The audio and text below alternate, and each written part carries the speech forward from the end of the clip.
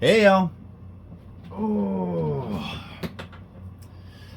Okay, welcome to yet another Direct Action Gaming session. My name is Sean, and this week we're going back to my favorite new game, This War of Mine. Now, last week we took a quick first look at this game. My cousin and I played it blind for the first time, and we did have a whole lot of fun. In fact, I got so hyped, I even broke something of a personal record, and I painted 12 character minis in about a week. So that breaks down to a little over 2 models per day, more or less. Anyway, you can see all of those models that I painted for this game, all 12 default character models, on my Blue Sky account. The link is down below in the description of this video as usual.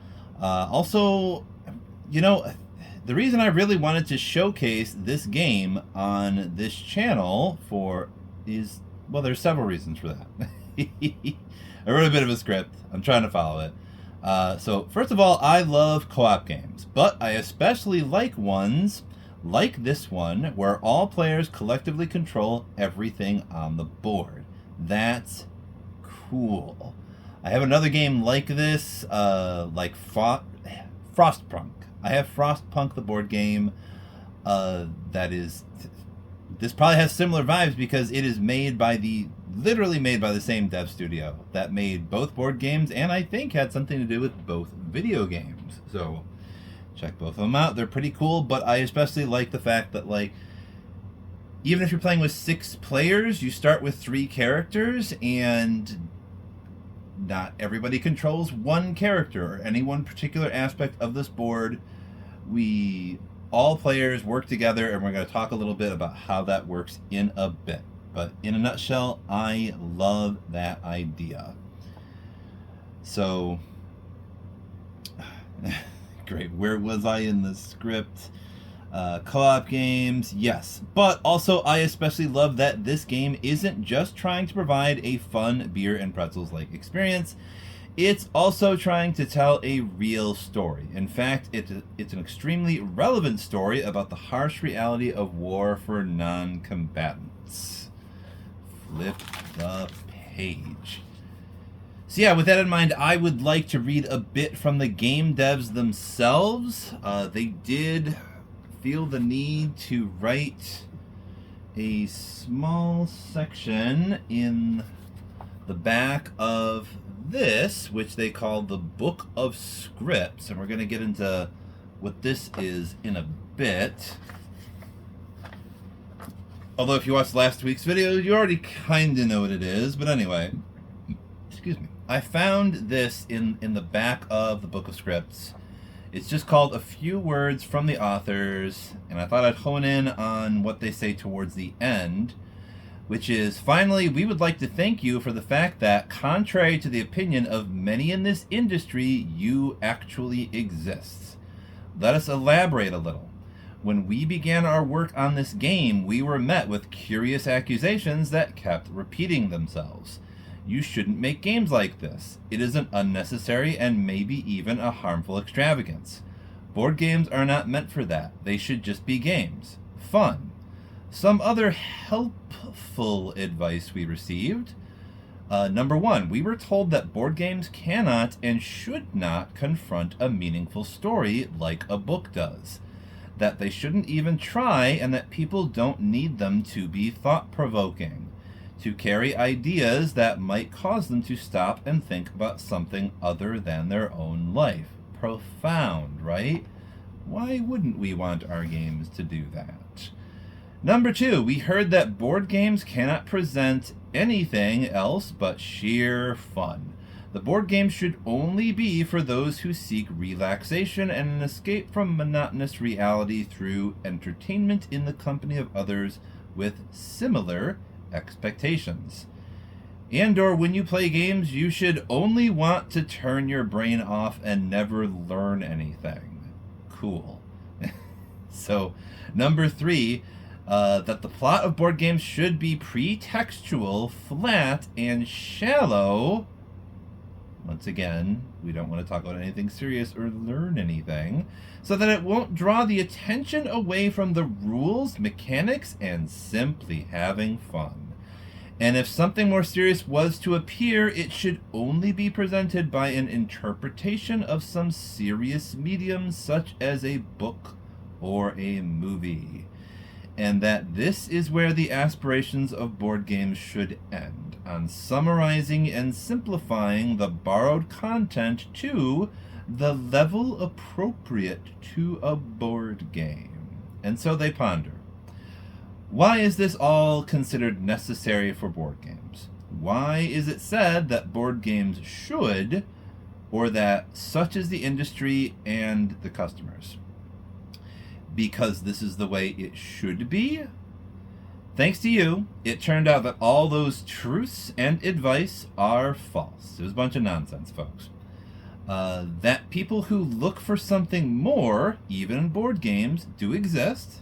We do. I'm one of them. Yes, I like telling stories. I've always said that from the very beginning of this channel. And in fact, they are quite numerous. Again, here I am. Hello, how are you?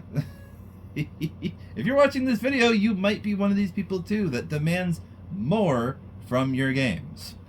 Anyway, the two of us would like to express our gratitude to you for your support and for the way you are. Please stay that way. So I will admit I was kind of looking for something from the source material for this game here that went a little bit beyond, like, you know, the game material, like a direct message about what this game is trying to say to us, I suppose. A message from the authors, and there it was at the end of the book of scripts. So I thought I would include that. And I should probably also mention right about now that there will be some pretty heavy material on display whenever we handle this game in particular. Probably once we finally get around to Frostpunk or maybe some other games, that will also be true, but it is definitely true for this game. Let's see. Definitely true for this game, because I can say I've only played it a few times so far, but I can confirm that they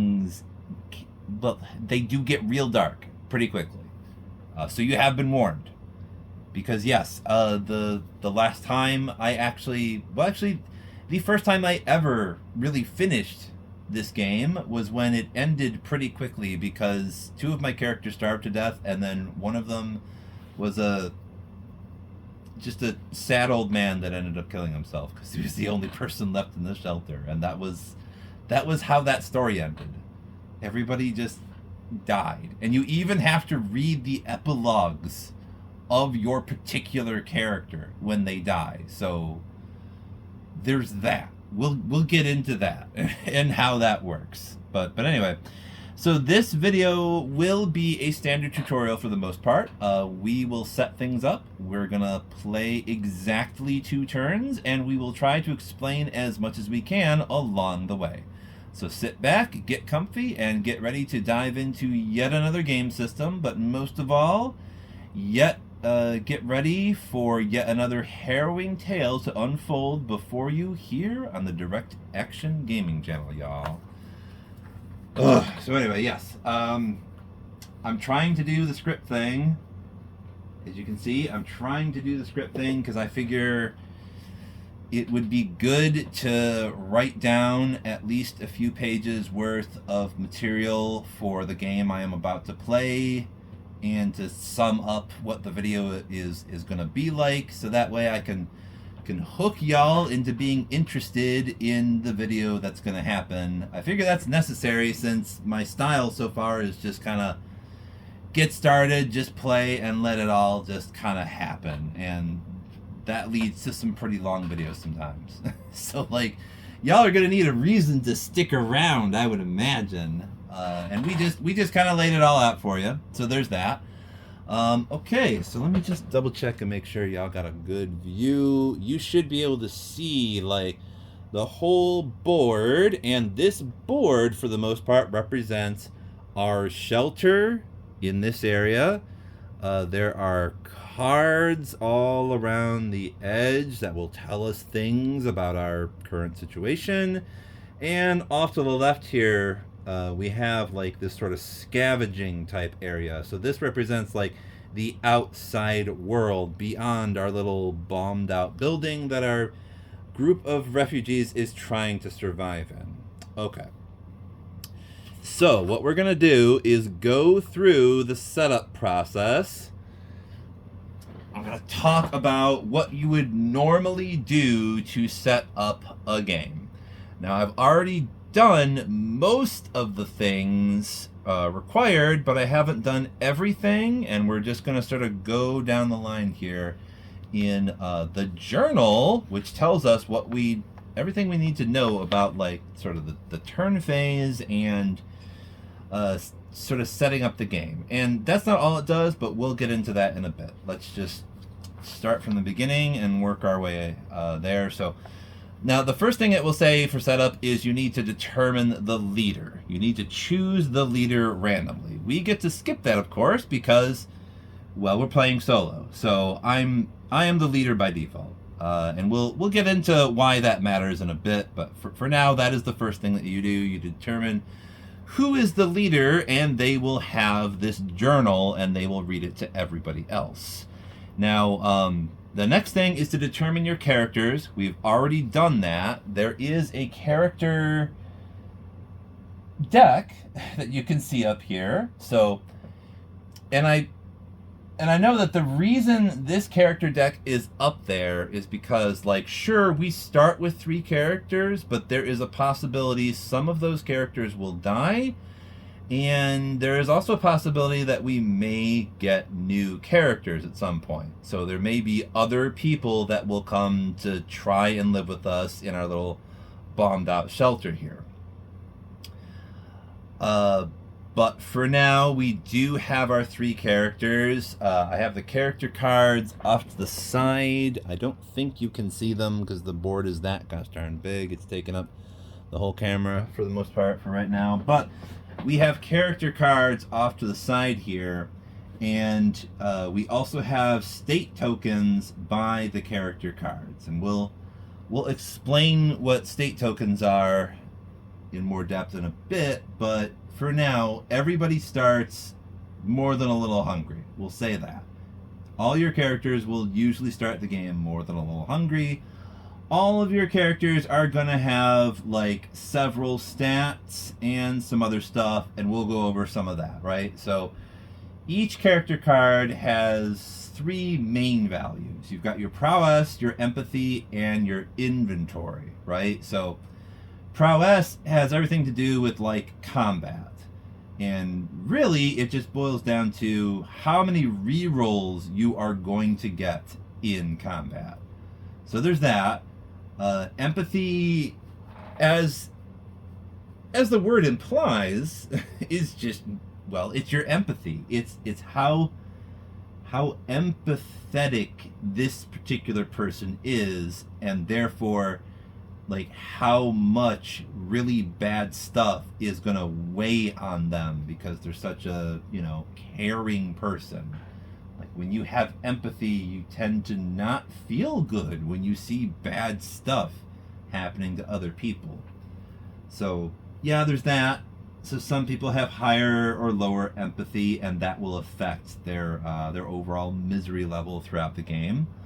Inventory has everything to do with, of course, how much that character can carry with them, and that primarily has something to do with like the scavenging portion of the game where we're going to have to like take loot back with us. So there's that.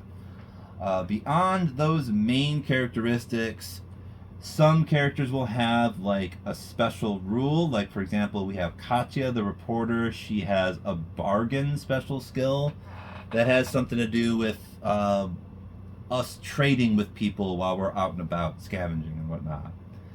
There's also, every character guaranteed has like a spirit section at the bottom of their card, and that's kind of interesting because that basically talks about like it's almost exclusively about like the mental health of this person and how it gets affected by the world around them. So we'll see how that works, but you do need to check like your character's spirit value at least once per turn, and things might affect them basically. But we'll get into that. So we have our 3 character cards, and we know what's on them and all that other jazz.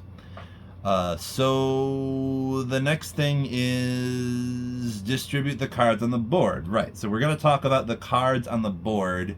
And like I said, we have most of them set up here, but we're going to have to do some things to some of them, and we're going to talk about that one step at a time. So let's see. We put all the card decks down there. We also have some fitting cards in the upper right corner of the board there. Fittings are basically like, it's a workstation. They're all like workstations that you can build. It's not just workstations. Like, you can do stuff like a bed or a simple heater or something like that. It's stuff that you build for the shelter to make it more livable, make it better for the people in the shelter, right? And what it's talking about here is not just putting them in the upper right corner, but separating them between like the basic fittings and the more advanced fittings. And the reason we do this on the normal side of the board anyway, there is an advanced side of the board, but that works a little bit differently. But on the normal side here, you need to take characters to the new idea area, and you have to spend an action to actually like come up with new ideas. So the more advanced builds are kind of locked until your characters literally spend time to think about like, how would they make an improvement for a certain thing? Okay, so there is that. We've separated those. Now we also need to look at, well, this is another thing I already did apparently. You need to look at the residents, let's see, this is the night raids, and then there's a residence deck. These 4 decks in the lower left corner, this is all about scavenging for the most part. Like, night raids is a whole section in and of itself. We'll talk about that. But basically, there are some cards from night raids and residents that you pull at the beginning of the game, because this all represents much more dangerous stuff that will happen later on as the game progresses. And, you know, it's what they call a crime wave element. So things get more dangerous as time goes on, more or less. That's the idea. Okay, so we did that. Now we draw 3 cards from the locations deck and place them on 3 location spaces. Okay, so you have a locations deck in the upper left corner here. I'm going to shuffle it a little bit once again. I might need to pull this camera back a little bit. It might be shaking. But first, 3 locations. There's always 3 locations that you will have the option to go to when it's the scavenging phase. And we have determined what all those are.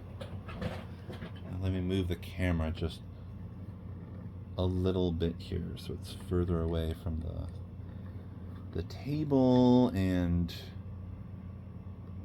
hopefully that's a little bit better for y'all. Anyway, okay, so did location cards. Shelter cards is the next thing. Those have already been placed. Basically, when it comes to shelter cards, these are representative of locations in your shelter. It's really that simple. And I've noticed they've even color-coded them a little bit so that like half of them are blue and the other half are red. So the red cards like rubble and closed door and bars, that all represents just sheer obstacles to getting to some loot behind all that jazz, basically, right? Because with closed doors you have to pick the lock, with rubble you have to sort of dig through it, with bars you have to cut through them. But when it comes to like furniture and heaps and stuff like that, that's the stuff that you can search for goodies. So we'll see how that works in a bit. But this just sort of lets you know where everything is in the shelter. And for the most part, in general, we want to try to clear these spaces, loot the shelter, get some stuff, and be able to build new fittings on the spaces as we clear them so that we can have reliable ways to get the things that we need, right? Okay. Another thing we should probably do is take the models for our characters that we already have and place them on the guard space here. Let's see, we got Pavel, Katya, and Civetta. Yes, these are all Eastern European names because that's where the game is supposed to take place, more or less. Some nondescript Eastern European country, some stuff is going down, and therefore we got these refugees that are trying to live inside of this bombed out building that's literally falling to pieces, but they have nowhere else to go at the moment. So here we are. Okay, so we also need to prepare the events deck, I believe. Nope, that's already done. But normally you would also have to go to this events deck and prepare it. And what that boils down to more or less is it depends on what version of the game you're playing. Normally, this is interesting, normally you play the campaign version. That is the normal kind of standard way to play the game. And it's how the devs suggest you start playing the game if you're not very familiar with the rules. They do have scenarios that are actually like shorter and might equate to like just one sort of sit down experience rather than like many experiences in a chain kind of. In fact, they have these handy dandy save sheets for that purpose. We may end up like recording stuff on this save sheet so that we can just sort of continue this little tutorial and finish it off as an actual game. We may end up doing that, but you have the save sheet here, and when it comes to like the events, basically this will represent like the passage of time, right? You resolve an event every morning, every turn. And so these events literally represent how many turns you have left until the game is over. Okay, so these are the events. We have that event deck set, and there's a particular way to have it set, right? You've got like chapter cards, but you also have regular events, and when you get down to the end of it, you have ending events. So you have to like pile them up in a particular way, basically.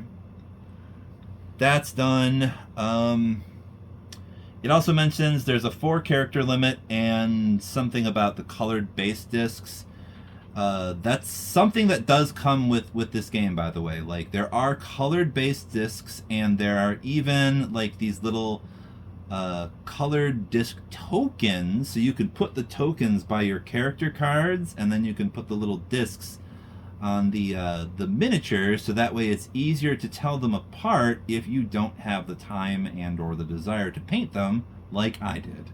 But you know, I do like painting minis, so I did, not just because I like painting minis and it makes them look better and adds a bit to the immersion here now that we can see all the little details on these miniatures here, but also now I don't need to bother with any of those colored discs because I can clearly see who is who by just quickly looking at the miniatures, right? Okay. So anyway, there is that. One other thing that it mentions is that there is a difference between discarding things and removing them. So off to the side here, you can't see it, but I have a box full of things, and that represents like the resources that we could potentially get, pretty much. If something is in the box, if we discard something rather in the box, we may be able to get it back again some kind of way. Whereas there's like Another box and or the box top I've taken to using to represent the waste bag and or if we're supposed to remove something from the game, it goes in the waste bag and it never comes back. So there is that. Also, we have dice. That's the next thing to talk about. There's dice, and then there's also that box with all the stuff in it.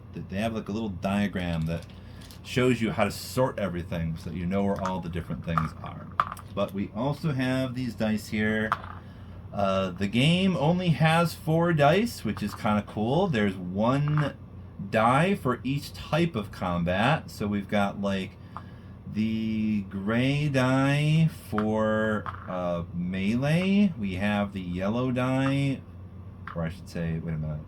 Gray die is for unarmed. Yellow die is for melee. Red die is for ranged. So we only worry about these die when it comes down to some type of combat that we need to sort of resolve very quickly. There's also this, I believe, 10-sided. Yeah, it's just there's a 10-sided die that the game usually refers to as just the black die.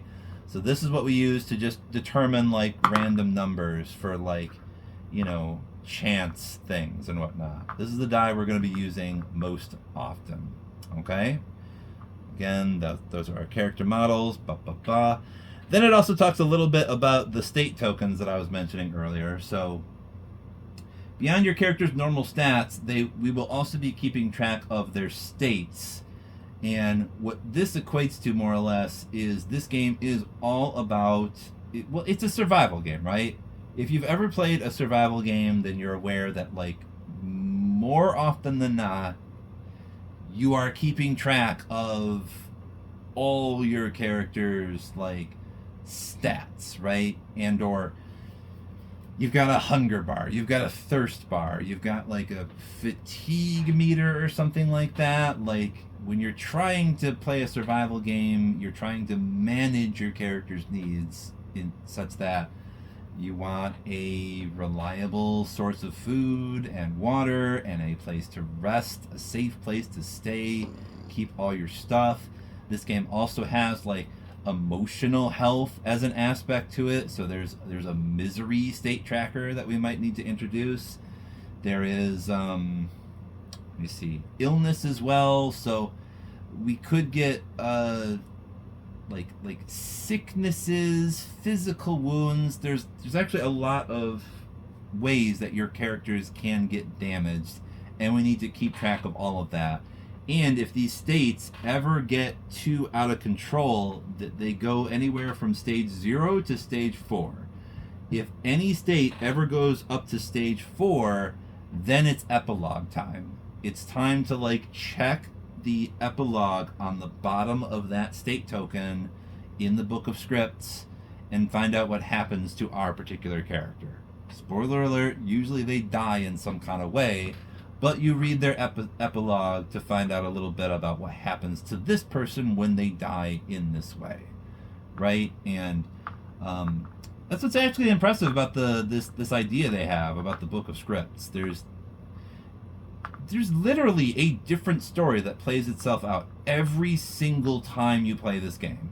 Not only do you have no idea which characters you're starting with, and you can't even really choose which characters you're starting with, you have no idea what's going to happen to them based upon the choices that you make or the events that occur in the world around you and yada yada yada. A lot of this stuff is RNG, so like maybe you just get really unlucky and you just lose the game. Partially due to some of your own decisions, but also partially due to like you got a really unlucky event at a unfortunate time, right? So anyway, this is everything on the board for setup for the most part. The last thing that it talks about is just how to use the journal more or less. And so this is what I was alluding to a little bit earlier. The journal isn't just like a streamlined instruction book. It is also basically like the first player token, right? So if you were to play this game with some other people, you actually pass around the journal as if it were a first player token. And when you have the journal, You are now the leader. So that's what we were talking about at the beginning, remember? The leader has the journal, and the leader, of course, has the final decision capability whenever it's time to do stuff, right? So the leader controls all the components on the board until they are no longer the leader, because the journal will tell them, hey, pass this to the next person. So everybody's going to get their chance to be the leader at some point. The journal just keeps getting passed around. The leader can make the final decision about anything, really. The only rule, hard and fast rule for the most part, is that like the leader can't make a decision until they hear everybody else out. So they straight up say in this rule book that like when you're talking to other people, it's fine to get into arguments. Like you can argue about stuff with other people, but I guess this leader mechanic with the journal ensures that like there is always going to be one person that can say, all right, fine, but this is what we're doing. Too bad, I'm the leader. So you do that thing and then you pass it on, and somebody else has the next executive decision, basically. So that's how that's supposed to work, usually, more or less. This is solo, though, so we're not going to be passing this book anywhere. I am the only one making all of the decisions. But, okay, beyond all that, this journal basically just outlines all the various turn phases and what you are, in general, supposed to be doing during those turns, right? So it gives you all the stuff that you absolutely positively need to know, but there are other clarifications that exist within the book of scripts that you can consult if you're not sure about something. So that's what's kind of cool. They do have little links, I guess you could say, on each of these pages here that let you know, hey, if you want to find the day actions FAQ, see number 300 in the book of scripts. So, interesting. It is interesting, I think. What it does eventually equate to, though, is like you've got what you absolutely need to know in the journal here, but if you want to know anything else, it's kind of hidden away in the big book of scripts somewhere. You have to like turn to that page and then see some of the additional information that you probably need to know before you do that particular phase, right? So I don't know. That's like a very small gripe, though. I would say that like they didn't have like a full-on rule book, but that was kind of their idea from the get-go. And I do think it's an interesting idea to not have a full-on rule book. In fact, it even says on the top of this journal here, during a playthrough after setup, you will go through a full day and night cycle that is divided into 7 phases as described in the journal. You do not have to know all the rules to begin this experience. The icons, decks, keywords, spaces, attributes, and other elements will be explained as you proceed. That is all. Let us begin. You will learn everything else during the game. And this is more or less true. You can learn how to play this game as you just play it. So it's almost like this tutorial that I'm doing isn't technically necessary. But let me tell you, I wanted to do it anyhow, and it even though this game is technically designed so that you can learn how to play it just blind as you learn, I think it's always helpful to get a bit of advice from somebody who has already gone through the process and whatnot. So I'm going to be trying to do that. I'm going to be trying to advise y'all on what things mean and what you may or may not want to be doing and yada, yada, yada. Anyhow, every day starts with the morning, right? We start with the morning phase. That is our first phase, and literally the only thing you do in the morning is you reveal that day's event. So a new day dawns, and a new thing will happen as that day dawns, right? So we take the chapter 1 card, and since this is a chapter card, this is one of the cards that's always guaranteed to be on the deck unless you're doing a scenario, right? If you're doing campaign, you're always going to have these chapter cards, and you're always going to start here, which is why this chapter 1 card basically gives you a bit of story filler for the most part. Chapter 1. When the Civil War broke out, many people thought that it would only last a couple of weeks. It's been a year since the military surrounded the rebels in the capital, cutting off all supply lines. The civilians still trapped in the cities suffer from hunger, disease, and the constant threat of shelling. It's another day of desperate waiting for the end of this terrible war. Okay. So what it's telling us to do now is we need to determine the objectives for each of the 3 chapters of the campaign. Find a final objective card in the objectives deck and place it on the objective space on the board. Okay, so we have these objective cards here. I have the final objective card on the top, and we can look over and see that it says survive. At least one character from the starting group must survive until the end of the game, with each state, hunger, misery, wounds, and illness equal to or less than 2. Fatigue is ignored. So, okay, so these are states I was talking about earlier. There are 5 of them. We don't need to be super worried about fatigue. And that's probably because you will always have some fatigue, more or less. And we'll see why that is. But, so that's survive. And then what we do is with the rest of the chapter objectives, we shuffle it up a little bit, shuffle them up just a little bit, and grab a couple of them by random. So the first one we grab is staying fit. So that will be the chapter objective for the end of chapter 2. And our first objective is going to be taking care of ourselves. Okay. At the end of the chapter, each chapter's character's misery must be lower than 2.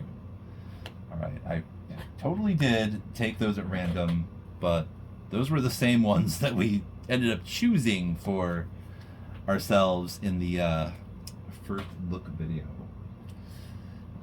But those are our objectives, so here we go. Okay, so once we have done that, at the end of each chapter, resolve any reward/penalty from the corresponding objective cards, and we will see those on these chapter objectives. I don't think they exist on the final objective per se, because that's the end of the game. So there's not going to be any more rewards or penalties there, right?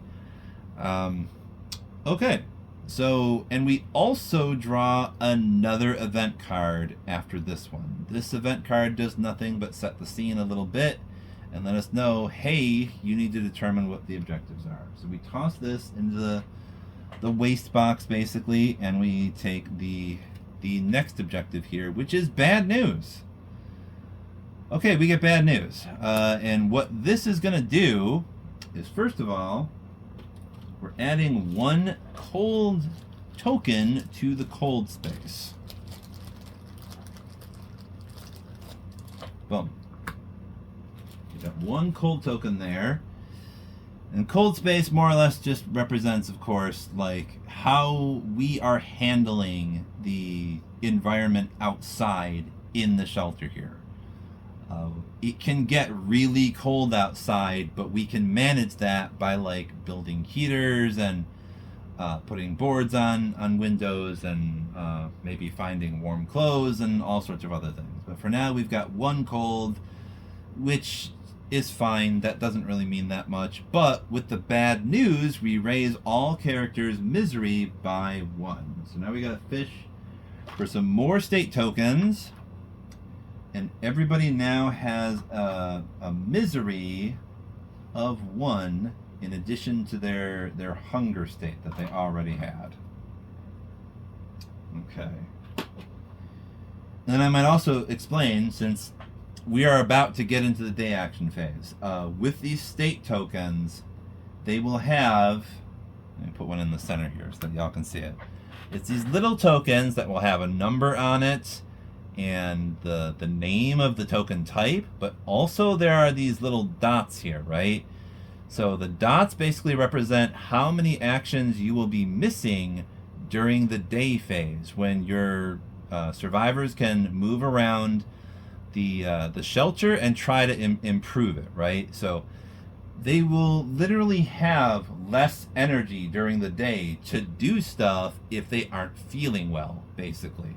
So since they're at hunger level 2, we can see there is one action unavailable, and that is the third action.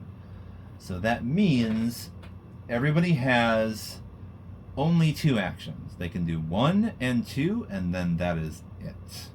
Okay. So there is that. We did the event. Okay, we resolved that. We're going to toss this card into the waste box. And we're moving on. Okay, so now we move into what is possibly one of the most important parts of each turn and or day, I guess we might say. Each turn does basically represent a day, since we're going through all the various day phases. So in the day action phase, which is right after morning, we now get to decide what to do, as I said, with our survivors. We use their actions to do things in the shelter here. Now, since I'm doing this solo, I guess I can move them in whatever order I want to do whatever I like, and I don't need to consult anybody else. So that's nice. I might as well explain some of the things that are available for us to do. So in the book, it mentions that, like, by and large, there's like 3 actions, more or less, universal actions that you can always kind of do. We can do actions on shelter cards.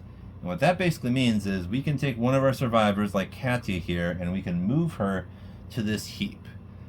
Now, she can just move there. There's no, like, action points that we need to spend to move her there, but to have her do a thing, to interact with something, that costs an action point. So as long as she has a clear path to this heap, she can go there, and then she can do the action on that heap. So this will be her first action. She can search this heap. We're going to flip it. She's going to be in this space, and we're going to see what we get from this. And oh gosh, I forgot once again. I don't know how I keep forgetting this.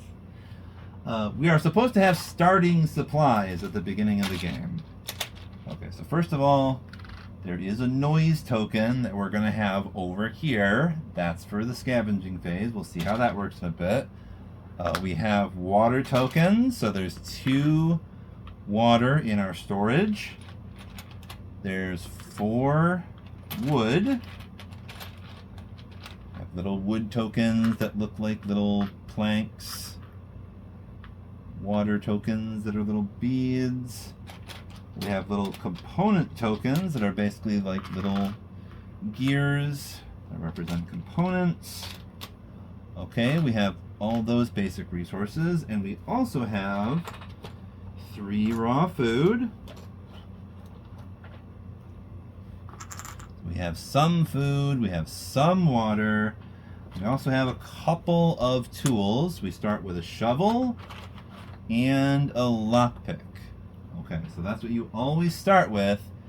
And for the purposes of this heap, we just got 5 components and 5 wood. So that's a perfect segue into something else I can talk about, which is the storage times 5 space. If I take 1 wood token and put it up here at storage times 5, that 1 token can now represent 5 wood. And now I can do the same thing with a component, and we now have 5 components up there. So that's kind of cool. You can use storage times 5 as something of a bank to shove like components and wood into. You can only do that with components and wood, but I figured this is mainly to like sort of reduce the amount of clutter that you have on your board, but there's also something of a decision-making process in it as well, because there is a rule that, like, when you run out of stuff from the box, you can't get any more. Like, even if you are searching a thing and it says, hey, you get X, if you can't get that much from the box, you just don't get that, right?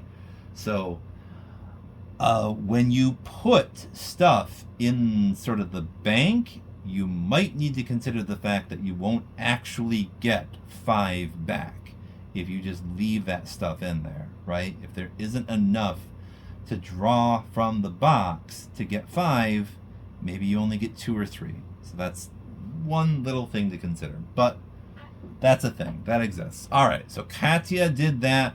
We might as well have her move to this space and search this other heap as well.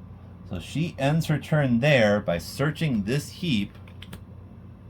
And now we also get an additional lockpick. So we now have 2 of those. We also get another 5 wood. So we can take another wood token and put it over here at storage times 5. And then we get 2 more components.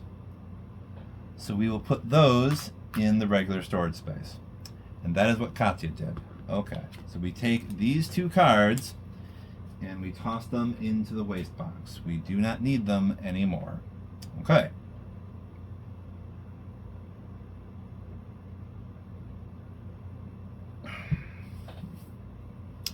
So Katya definitely found us some wood and some components, and that's great. But most of the things that we need to build are also going to require like certain parts. There are mechanical parts, there are electrical parts, there are filters, there are other things that we might need to build some of these fittings that I was talking about. And one of the first things I think that we definitely really need to build is a workshop. And we are going to need 1 mechanical part for that. We can easily make this as soon as we find 1 mechanical part. And then we'll see what we can do with that workshop. That is so important that I kind of think that should be the first thing that you build like all the time. But anyway, can we get more stuff? What we might do is have somebody clear this rubble, and we'll see how that works. And then somebody else can search this, and if we're lucky, maybe we get that mechanical part and they can use their second action to build that workshop. So let's bank on that. And if we don't get that part, that final action will probably need to be some other things we can do besides new idea, which I think I already explained. You can go here to get 2 upgrade cards to potentially build. Poke about is another thing that we can do. We can send somebody down into the basement here, and basically this is a way to generate more wood and more components. So you always, it's kind of nice that there's always a way to get like a few more of those by just sending somebody down into the basement to like grab more planks and more bits of metal or something like that. We can also go outside. That's another thing that we can have people do.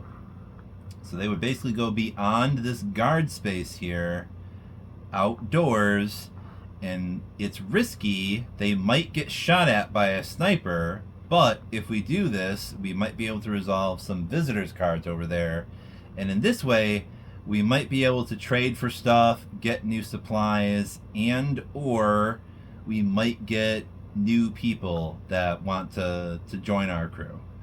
And interestingly enough, like, if your amount of people is less than 2, you will immediately go straight to an arrival card and resolve that. So they will bump the chance that you will get a new person for your crew, basically, if you have 2 or less people. But anyway, there's that. Those are options. We might consider that, actually, if we only have 1 option left, because I have not done this yet, and my cousin thought this would be this would only be potentially new people, but if there's a potential to trade and get more stuff, that would be cool too. We might get our mechanical part that way, right? So, all right, we got our plan. What we're going to do is have, I think, Sveta is going to be our digger. I know it probably makes more sense to have Pavel do that, but I think if anybody's going to go outside and take a risk, it might be Pavel, since he's got a slightly better prowess. So if something bad goes down, he might be able to handle himself a little bit better. So we're going to take Sveta and move her over here to this rubble. And when you're doing this, you take a shovel, which is what they're going to need. What's kind of interesting is, the thing is, if you have a shovel, you can use that to clear rubble in 2 actions. Because what happens is you take one survivor with the shovel, bring them over to the rubble that you want to clear. You can spend 1 action to flip it, and it now becomes rubble remnants. And if you want, you can have them spend their final action to clear that space, and now you no longer have rubble there. So you can do that, or if you do not have a shovel, which might unfortunately be the case, you would now need 2 characters to collectively spend 1 action to flip that rubble. So yes, a shovel is a really handy thing to have. So we're going to get rid of this rubble since Sveta has her shovel and 2 actions. And according to the rules, when you're digging, you leave the character there in that space with their shovel. So this kind of means we can't spam the shovel. Like, someone else isn't going to be able to take an extra shovel that we don't have and clear some other rubble. Pavel, however, can go over to the furniture and search that, and we can see what we get from the furniture. The furniture says we get... Okay, we didn't get our mechanical part, but we did get some interesting stuff. Okay, so we do get some jewelry and a book. We get jewelry and a book.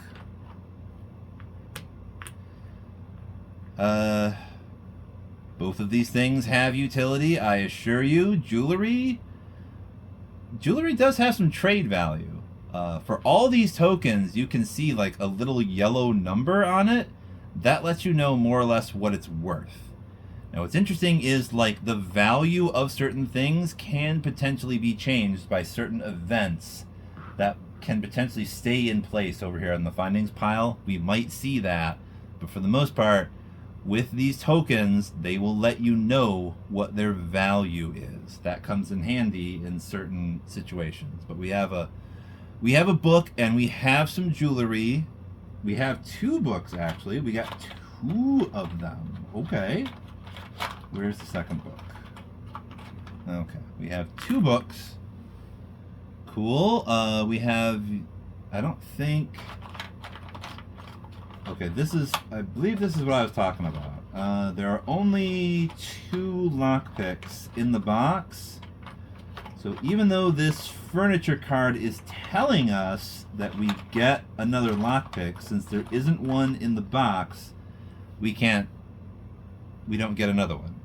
So you're only ever going to have 2 lockpicks at the most. Okay, so beyond that lockpick, we can get 2 more components and 1 wood. Okay. So what we're going to do, I think, is take 1 of these and put them there. And take 4 and put them back. And then grab 2.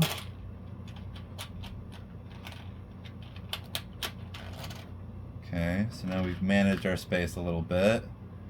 And we get 1 more wood. I'll put 1 wood down there. Okay. Alright, so that's what we got from that furniture for Pavel. And I guess we can try that one thing I was talking about. Since he has 1 action left, we might as well have him go outside, Now the chances are pretty slim that he gets shot, but he could potentially get shot though. So we're gonna have him move from here to the outside space, and then we're going to roll our black random die to see if we get a 1. Oh my gosh, we got a 1! You're kidding me. Okay, well, 10-sided die, and I got a 1. Okay. I was just talking about how this is potentially risky. Pavel starts the game with 2 ones. Not great. But then draw and resolve 1 visitor card. Hopefully they have some bandages. We're gonna need some bandages for Pavel now. But let's draw and resolve a visitor card, shall we? We're gonna see how this works because I have yet to do this particular thing. About that. I thought this is pretty safe. He probably won't get shot. Nope, he sure did get shot. He sure did. He's got 2 ones. Alright, what happens? Visitors. This says reality impact. Okay, something unexpected has happened. Draw a card from the colors deck to determine the color of the script. Okay, then reveal the top card of the visitors deck and check the number with that color on it. Find that number in the... Okay, so this is something that we're going to be doing more often than not. This is a random story type of event that's going to happen. So there is a colors deck over here on the right. We can draw that. It says black. Okay, so we're looking for black. And what we're going to do is draw a top card from the visitors deck that will have some script numbers on it. Most cards in this game will have some numbers on the bottom of the card that you usually ignore unless you're in situations like this. So we know we're doing the black number, which is 664. Okay. So we need to grab the book of scripts and go to 664 and see what that says. Hopefully it's worth getting Pavel getting shot right at the beginning of the game. 664.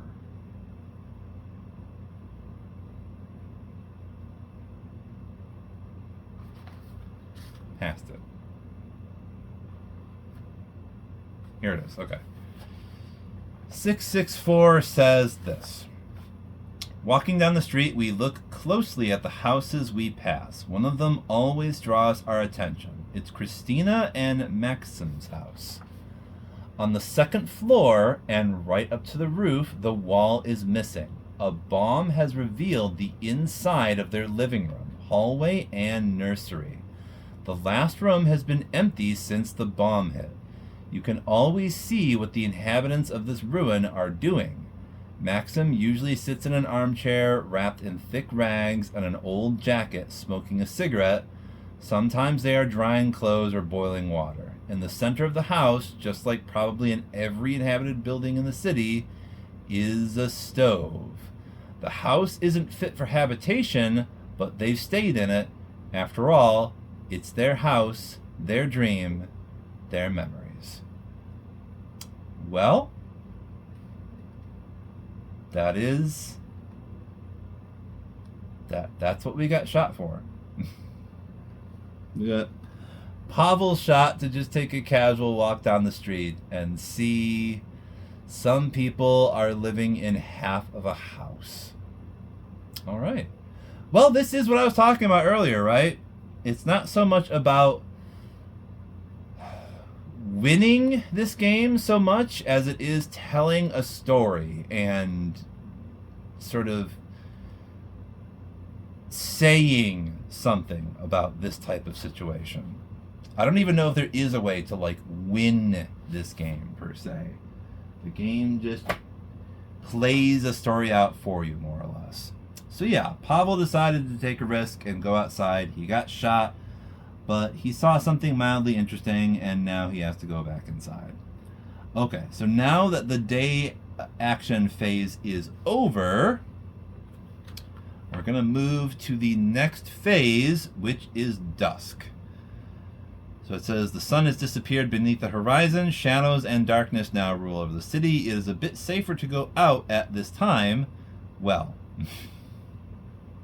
you don't say. Let's see. But first we must regain some strength. Okay, so dusk. Dusk is basically the part of the turn where it's time to put up or shut up. If you don't have enough food and water for everybody, you run into some consequences. And we are about to see some of those consequences here, because we do have 3 raw food, so everybody can eat, and it will, since it's raw food, it will even lower their hunger a bit. So we'll take everybody back down to hunger 1, but we don't have enough water. We only have 2 waters. So we're in a position now where we have to decide who goes thirsty. And we have to resolve water first. So we will have to roll for the person that isn't going to be drinking. And it sounds harsh, but I think I'm going to do it to Sveta. Because if I'm going to scavenge, it's probably going to be with Pavel and Katya. Even though we need to be very careful with Pavel, because he has 2 wounds. So that's something to consider, but we're gonna need to find some bandages for him, or it's going to get kind of bad. Alright, so we roll a die for Sveta to see what happens, since she wasn't able to drink. Since we get a 7, we raise her misery by 1. Which means her misery is now at level 2. Interestingly, misery level 2 doesn't affect your ability to do things. But it is 2 rather than 1, though. So, there's that. The other people do drink, so we don't have to do checks for them. We toss out this water, though, and we now have 0 water. The next part is hunger, and we do have those 3 raw food, as I said, so we can decide to toss all of this out. Everybody have a little something to eat, and this will mean we can reduce everybody's hunger to level 1. That means both Sveta and Katya are doing pretty good, and they have, at the moment at least anyway, they have 0 actions that have been removed for the day phase. Pavel is still wounded though, so okay. We did hunger and water, then after that is the evening phase. It says, before nightfall we must decide who will stay in the shelter to regain strength or guard the door, and who will venture into the ruined city. We can only hope to scavenge some food, meds, and other necessary materials. Boy howdy, we kinda need that. And oh, there is a hospital we could go to. There's a damn good chance we can get some meds there. Meds, bandages, all kinds of goodies there. Okay. Anyway, so in evening phase you just decide where people are going to be. So there's 3 spots that they could be. You could either put them here to sleep on the floor. You could put them on the guard space to say they are guarding the shelter. We always need at least 1 person on the guard space. If we ever get to a point where we can't even put 1 person on the guard space, game is over. You've lost too many people, and if any of the people that you have are so tired and weak they can't even stand at the guard spot, you're done. The game is over. We can also put people here on what is called the findings pile to represent that they are the scavenger team for that turn. So, as I said earlier, I think what we're going to do is have Pavel and Katya as our scavenger team. Sveta is going to be on guard. We put the shovel and 1 of the lockpicks on the findings pile to to represent that our scavenger team is equipped with those things. And I might as well bring the jewelry too for the heck of it, just in case we have a chance to trade. We can use that jewelry to potentially trade for some stuff that we really need. Okay, so that is the evening phase. Now we go to the scavenging phase. All right. Now that it's the scavenging phase and we know who our party is and what they're equipped with, we select a location for them to go to of these 3 locations. Now what's kind of interesting is that beyond the location cards themselves, we also have information about like how far these locations are away from our little shelter. So we can see that one location is close, and that says we get 14 exploration cards, whereas another location is far, so we only get 10 cards. Distant is 12. So basically, exploration cards sort of represent like your time. I forgot we need to put some of this stuff back. Let's shuffle these 2 cards back into the visitor's deck. Boy, we really got kind of unlucky with that going outside thing with Pavel. Not only did he get shot, but we got nothing for it other than like just a mildly interesting look at how some people live across the street, which is nice, but we can't use that sentiment to feed ourselves, right? So anyway, we put those cards back. And now we can see we have an unknown slot here and a discard slot. So when you are doing scavenging, first of all, we're going to choose the city hospital. We're going there. Since it's close by, we get 14 exploration cards. You take these cards, 1, 2, 3, 4, 5, 6, 7, 8, 9, 10, 11, 12, 13, 14, 14, yes. 14, and we put them on the unknown deck. So these exploration cards literally represent the amount of time that we have to explore this location before it's almost daytime again and we need to leave. And we'll see how this works in a bit, but for the most part, right off the get-go, we are told that like you will take X amount of exploration cards, put them on the unknown space, and then you have to resolve each one of these cards, one after the other. So these cards literally do represent how much time we have here, and some of them will have us burning some of these exploration cards.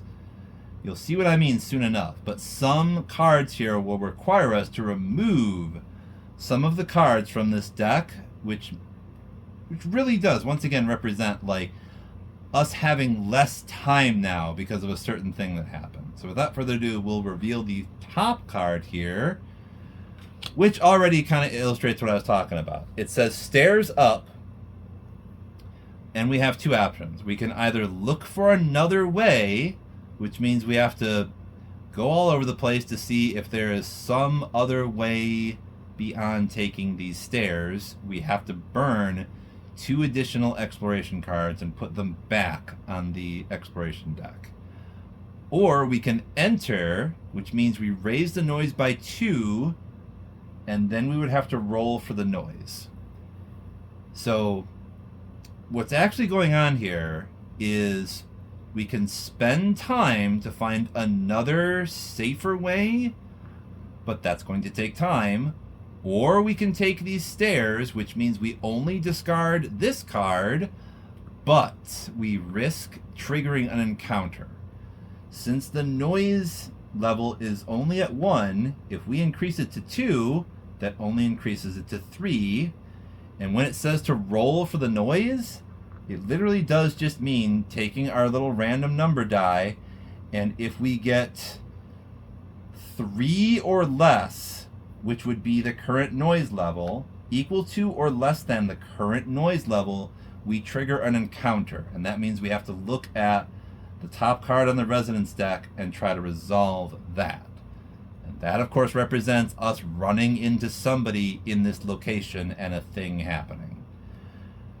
So, since we need lots of stuff, I think it might be best to risk an encounter here. We're going to just discard this, increase the noise level by 2, and roll the die to see if we trigger an encounter. And of course we get a 2, so yes, we trigger an encounter. This is a 10-sided die, by the way. It has 10 sides. Besides 1 and... Anyway. Residents. It says civilian, so it turns out that there are miserable looking people hiding in here, mostly the elderly, women, and children. Place this card on the exploration slot, which is here, next to the unknown deck. Until you leave this location, whenever you take anything from an exploration card marked as private, roll the black die and compare the result with the empathy of each character present. A result equal to or less than a character's empathy, raise their misery by 1. So this is what I was talking about. There are certain things that will make you sad depending upon how high your character's empathy level is. So, for example, Pavel's empathy is 6, but Katya's empathy is 7. If we do a thing that may cause them to be sad, we have to make a roll to see if their misery increases even more. It's already at level 1 for both of them. Let's see. We also have the option to burn 1 exploration card, meaning spending a bit of time talking to them or trading with them. So that is an option. We can do that. We can potentially trade with them probably once we find some more stuff. At the moment, we only have some jewelry. So what we could do is just put this to the side, ignore it for now, and either it comes up later or not. There's also another option here. On the card itself, return 2 exploration cards to have a look around the area, C746. So at any time, we have an option to do that. Oh, there's some other stuff here too. Return 4 exploration cards to heal. Oh, that's kind of cool. We can just heal and or trade by burning some of the cards. Oh, we have to do that. We have to do that now. We've got to do that. All right, let's try that. It would require us to take 4 cards off the top here. 1, 2, 3, 4. That is less stuff that we might get. Less time that we have to look for things. But Pavel is wounded, and if we can get some stuff to heal him right now, that would be great. Oh, we also moved the noise token back down to 1 because we did trigger an encounter. So that's how that works. Like when it tells you to raise or lower the noise token, you just do it. When you have to roll for noise, you may trigger an encounter. If you do trigger an encounter, you effectively reset noise down to level 1. So that's what happened. We also got rid of those 4 exploration cards, so now we can go to the Book of Scripts once again and see what 932 tells us. Let's see, 932. 932 says that although the hospital is nothing like it was before the war, it still evokes a certain feeling of security and safety. If there is a place that can be called a safe haven nowadays, it's this hospital. People here seem to notice only those who are in the direst need of help. Once a patient has been saved, even only barely stabilized, the staff lose all interest. Still, while in this haven, our bodies and minds have the chance to recover and perhaps even heal. There's even some food distributed from time to time. Okay. So we can return 2 exploration cards and lower the wounds of one chosen character present by 1. 2 exploration cards to lower illness and or hunger. You cannot lower a state by more than 1 for each character. Okay. So I think what we should do is burn 2 cards to remove 1 of Pavel's wounds. We can do that. We can take 2 more cards, and then we can flip his wounds over, and now he only has 1 wound. Okay, so there's that.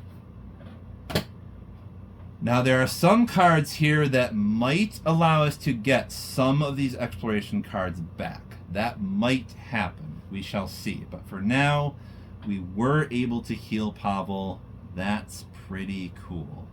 I don't think we're going to do any more of these options that requires us to burn exploration cards, because I think we've only got, let me see, 7 left now. So we're going to look at the top one and see what it says. It says you may ignore this card or search the furniture. We might find some things. So we can return 2 exploration cards or raise the noise by 1, and we're raising the noise and rolling for noise. Because that's only 2. I say that, but I've been getting low rolls this whole time, haven't I? 6. We got a 6. We are good. Okay. So we do not trigger an encounter. Now it says we can draw and resolve 1 card from the findings deck furniture chart. This is not labeled as private either, so we're not stealing anything from anybody here. So now we have this other deck to look at called Findings. We take the top card off of this, and usually each one of these cards is going to have some charts for pantry, furniture, and heap. So since this says furniture, we look at furniture. It says we get, we get that mechanical part. Okay, so we get, what do we get? First of all, we get an herb. We get precisely 1 herb. Okay, we put that here on the findings pile. We also get yet another book. Is there another book in here? I think so. We got all the books. And a mechanical part. So we have more stuff to trade. Let's see. And moonshine. Okay. Got us some moonshine. Something to trade. And this will help manage our misery too. If anybody's really miserable, we can have them just basically get drunk at a certain point, and that will manage their misery, but boy, it will up their fatigue as well. So that's another thing to consider. Or we can just use it to trade stuff. Okay, so herb, book, mechanical part, and moonshine. And we also usually get to roll for special findings. So each location has this little special findings chart. So the card says, then roll the black die for special findings. Okay. Let's see. What do we get? Of course we get a 2, and that means nothing. Oh, okay. I'm getting lots of low rolls here. That's amazing. That's fine. It just means we didn't get a special thing this time. Alright, so we shuffle this back into the findings deck. We discard this exploration card, and then we draw the next one. You may ignore this card or hideout. Return as many exploration cards as you wish to lower the noise by the same amount. No, I don't think we'll be doing that. We don't have that many exploration cards left, and the noise level is only at 2. So I think we're going to ignore this card. So now we draw the next one. What does the next one say? This says, search the pantry. Oh, and it also says private. Okay, so if we search the pantry, we risk increasing our misery. So we can ignore this card, or yeah, in fact, we would potentially be risking our misery, and we would also be potentially risking yet another encounter here, unless we return 2 exploration cards. So we can raise the noise by 1 and roll for the noise. We really need stuff, though. We really need it. I think we're gonna risk it. We're gonna risk it because there's only 4 cards left. So let's put this one down. So this says, whenever you take anything from an exploration card marked as private, we roll the black die. Okay, so before we do that, we'll need to raise the noise by 1 and roll for the noise. Do we get yet another encounter here? No. We missed the encounter. Okay. So we can search the pantry, but if we do, we also need to do a couple of rolls here for Pavel and Katya. So if we get equal to or less their empathy, their misery is going to raise by 1. So first we're going to do for Katya, we need to get an 8 or more for her to not be sad here. And we got a 2, so she's sad. We up her misery by 1. What about Pavel? We need a 7 or more for him to not be sad. He got a 9, so Pavel just doesn't care. Pavel's like, yeah, I'll just steal some shit from some desperate people. It's fine. Anyway, so there's that. So we are stealing stuff from some really hungry people, but we're really hungry too, aren't we? So let's look at the latest findings card and look at the pantry chart. So we can now see we get some more moonshine. Where's the moonshine? I think it says, does it say cigarette? It says 2 cigarettes. Okay. 2 cigarettes. Let's see.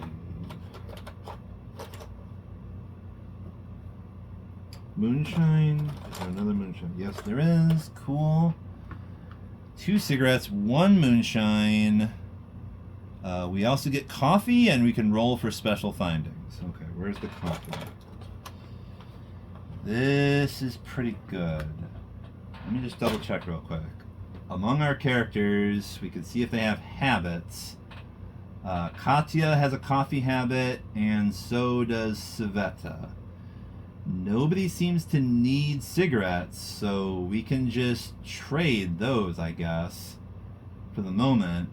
But with coffee, we can potentially help either Katya or Sveta from not getting more sad. So there's that. But anyway, let's do a roll for the special findings. What do we get?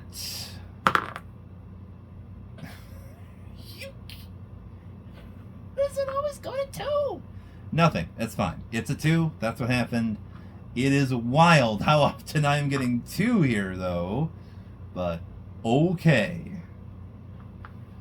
Where is that? I have an actual die tray. Maybe I should be using the dice tray that I actually have. Where the heck is that? Here it is.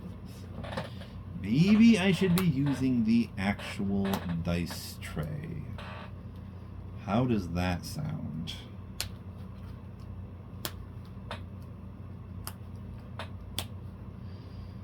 Alright. So we didn't find special things. We put this here. We put this on the bottom of findings. Okay, we did find some stuff though. Put the black die in there. Okay. Let's see. We need to draw the next exploration card, which says... this is a map card, and it says bars, and this place does have bars. Okay, so the way these map cards work, more or less, if it's a feature of the location that you're at, so this hospital does have some bars somewhere on it. We can see on the location card, it says that. It now says map card. Check the current location card for bars. If there are no bars, you just discard this. If there are, though, you may resolve this card immediately or place it on the exploration slot and resolve it later instead of drawing a new exploration card. Okay. And that's kind of cool because we can basically put this to the side, and if we get lucky and we find a saw blade, we might be able to get through these bars and possibly get some more goodies here. Okay, so let's draw the next card and see what it says.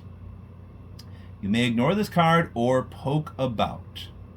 We can roll one exploration card. We can return one exploration card, or we can roll for the noise.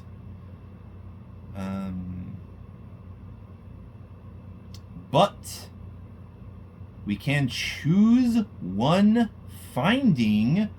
Oh, we want some bandages. We want some bandages. We're going to roll for noise on this. We're going to roll for noise on this and really hope we get 4 or more. Okay, somehow that was 2 again. That was 2 again. I'm rolling this again. This die has got to be capable of doing some number other than 2. We're rolling it again, and we're taking this result. It's great. What do we get? Okay, now we get a 7, so now we're good. Okay, technically I just cheated there, but... How do I keep getting 2s every single time? Anyway, so... we didn't get another encounter there. Just for funsies. Let's see what the... No, that I'm not going to cheat yet again after just cheating. Anyway, we get to pick bandages now. We just get to take some bandages and we put that on the findings pile. So, okay, there is that. So now we draw. We have just 2 cards left. What does the next one say? This one says closed door. Okay, here we go. This presents us with an opportunity here. This is yet another map card. This location does have a closed door, and we do have 1 lockpick. So we can potentially return 1 exploration card and roll the black die, and we might be able to pick this door. Okay. So by picking this door, we're taking a chance. I'm gonna roll the die, and we're gonna have to accept the result this time. I'm gonna roll the black die, and we're gonna see if we can successfully pick this door. It requires us to burn 1 exploration card, and that's the only one we have left. So if we can succeed, and or if we get 5 to 10 on the die, we pick the lock. Otherwise, we are done with this exploration. We get a 6. Okay, we lucked out. Alright. So, since we did really for real get a 6 this time, we basically discard the lockpick, and this is normally how lockpicks work. You have a chance to successfully pick the lock, and if you do, you get to open the door and you get access to all the goodies behind it, but you also kind of need to ditch the lockpick.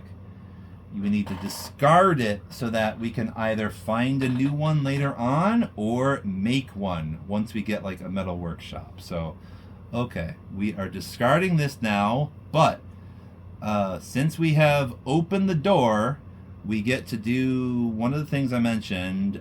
We can return 5 exploration cards from the top of the deck.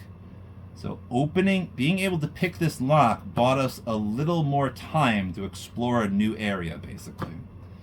And one of the first things we encounter after opening the door is a bit of furniture. So we can take the top findings card and look at the furniture chart. Hey, we get our lockpick right back. That's kind of cool. We do get a lockpick. We get that right back. We get some sugar. Man, we found a lot of stuff this time. Oh my gosh. We do have some meds now. Cool. Yeah. Sugar, lockpick, meds. And we can also roll for special findings. Okay, and I'm also going to consult the civilians card here. This says we can burn 1 exploration card to trade with the civilians. I'm thinking we might do that. Because I haven't really... I think we did that once, but we'll see how that works, right? With our last card, we might try to do that, but for now, let's roll for special findings. What do we get? We get a 10. Okay. That means we get even more bandages. That's what we get. We get more bandages. Okay, I will take that. Take that with... Man, we got so much stuff from this hospital. Look at all that stuff. Let's try to be careful so we can hang on to all of it, please. Okay, so we got that stuff. Special findings. Good. We put this back at the bottom of the deck. Okay, we're going to discard that closed door. What does the next card say now? Reality impact. Okay, so once again, a random thing has happened. Something unexpected has happened. Draw a card from the colors deck to determine the color of the script. This says... Wait. Black again? Did I not put that... Okay, it's blue. I thought I put that card on the bottom. Pretty sure the last one's black. Anyway, it says blue. We're going with blue. Color blue. Then we shuffle this card back in the colors deck, and we should actually shuffle it because that's what it says to do. Okay, so then we check the number with that color on the exploration chart of this location's card. So exploration chart blue is 809. So we are once again consulting the Book of Scripts to see what occurs. Let's find entry number 809. Okay, so that says, a woman's cry for help drew us to the hospital. Her voice was decisive, without fear or hysteria. There's no protocol for saving a life in the middle of a war. There's no time to wait and follow rules. Every second counts. A young nurse runs out from the infirmary at the end of the corridor without waiting for a response. She drags us into the room. An older man lies on the bed. His eyes are open, but he's barely conscious. His heart is failing. I've got to run to assist in another procedure. Wait here for an hour and give him an adrenaline if he collapses. Thank you. And with those demands, the nurse runs out of the room. So we have 2 options here. We say, we're sorry, Grandpa, but the adrenaline can help someone a little younger than you or one of us. Goodbye. So we can literally steal the adrenaline this poor old man needs, or we'll wait here as long as we can, which will mean we need to burn a grand total of 3 exploration cards, which would mean this is the final event before we trade with some of the civilians in the hospital here. So we could wait and do this thing, and that might be good, because if we do a good thing, maybe that'll help lower our misery.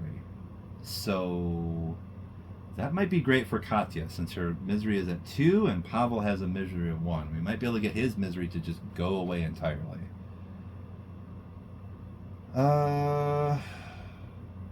Yeah, so we're gonna put 3 exploration cards back on top of the deck, and we're going to do what the nurse says. We're going to wait here, and that means we get to go back to entry 129 to see what occurs.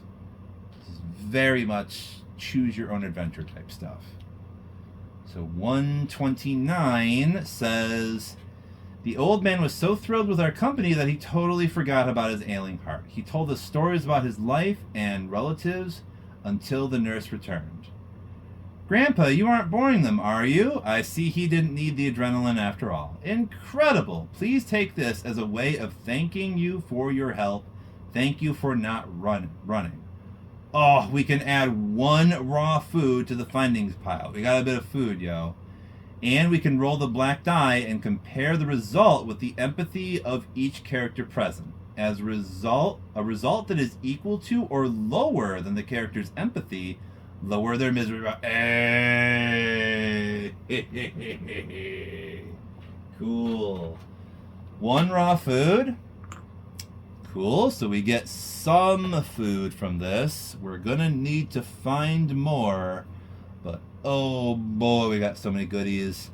We are definitely making a workshop, and then the very next thing we need to make is either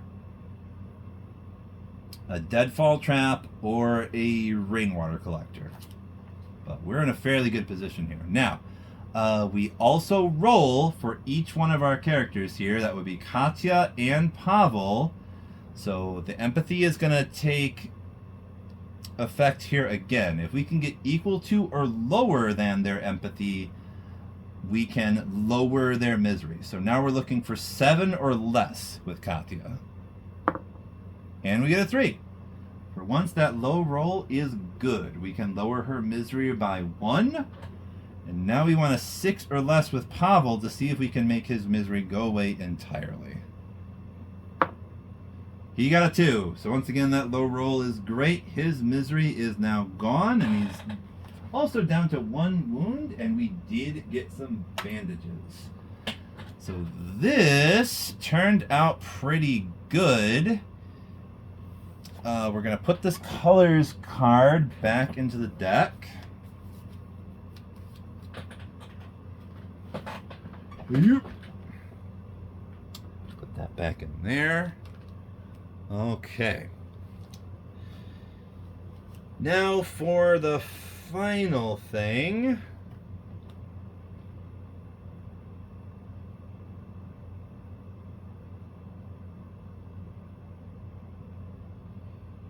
Okay, afterwards, place this card under the current location card. When that location card is removed from the game, shuffle this reality impact card back into the exploration deck. Okay. That's what it says to do. So that is what we'll do. And like I was saying, the final thing we can do is burn this exploration card to maybe do some trading. Is there anything that we desperately need? I mean, if they have food or water, that would be great. We desperately need food and or water. We don't want to give up our mechanical part. We also kind of need to consider here how much we can actually take back with us. Because another thing you'll notice about these tokens is, sure, they have a yellow number that indicates their value in trading, but they also have this little black number that has like a kettlebell on it, basically.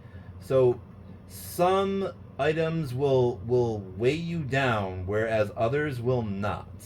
So things like herbs, books, and meds don't really weigh anything, and there's no cap on that. But for like a shovel or a mechanical part, that takes up 1 slot. Now we have 7 slots in total, thanks to the fact that we have Katya and Pavel. So we've got 1 with the shovel, 2 with the mechanical part, 3 with the raw food, And let's see. And then there's 3 more with the 2 moonshine and the sugar. So it looks like we have 1 more weighted item that we can take with us. But other than that, we are good. We can take everything back with us. And we might even end up losing some of this stuff in the trade. But what we probably really want to get is... Boy, we need some food and water. We really need that. We want to hang on to the coffee.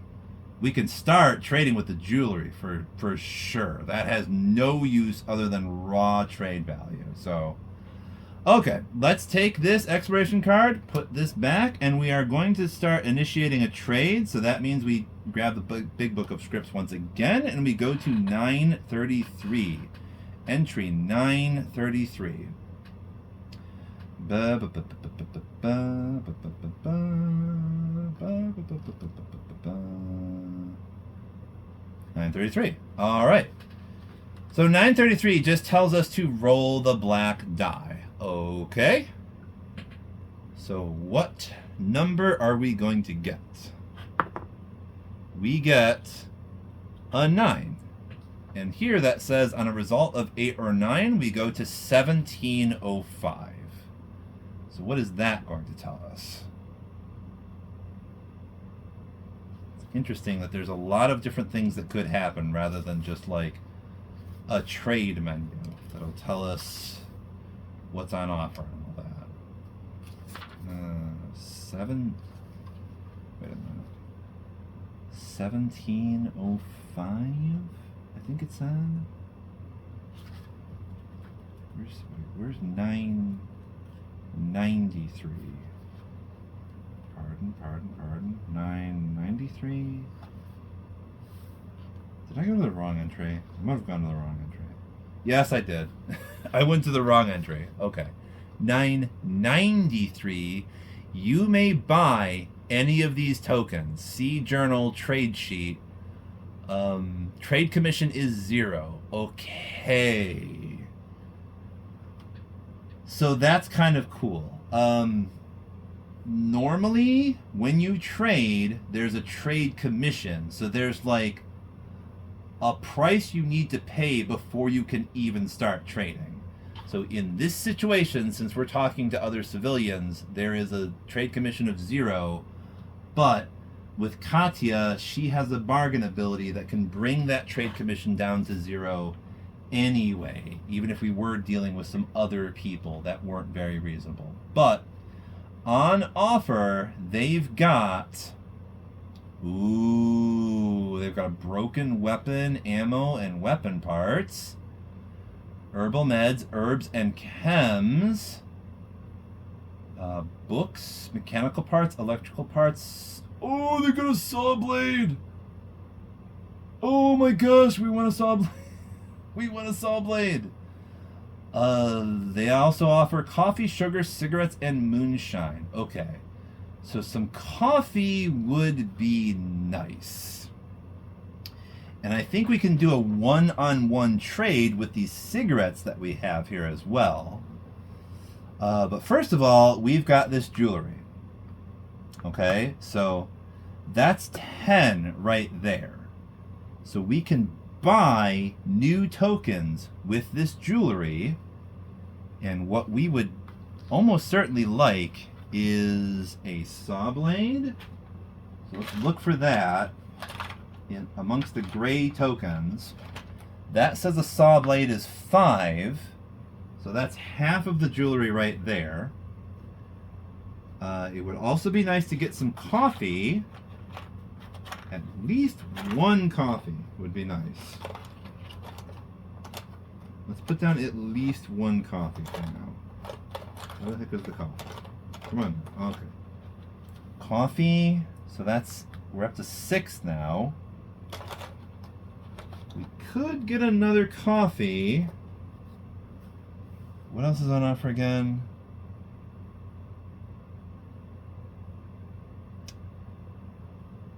We could get, in theory, we could get more moonshine. We might get, no, we can't get more moonshine. Oh wait, Wow, that the saw blade does not take up weight. So we could get like one moonshine, or what else does it say? There's any broken weapon. So that would mean broken assault rifle, a broken pistol. Let's see. What other kind of broken weapons do we have in here? Broken shotgun, broken assault rifle, broken pistol.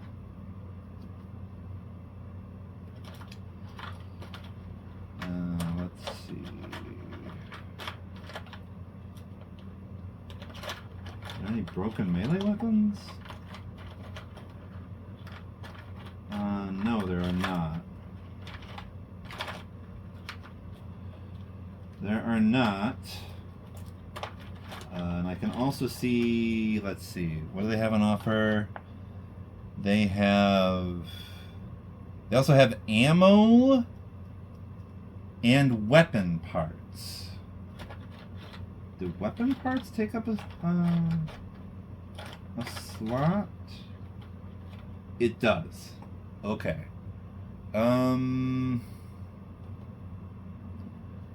We could use maybe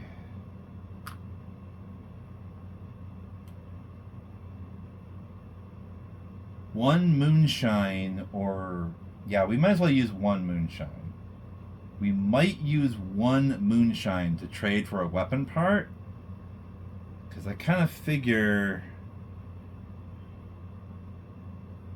let's see here, that would give us 3 more, and we're already at like 6. And if we add in like a broken pistol, that would be another 5, so that would be 11.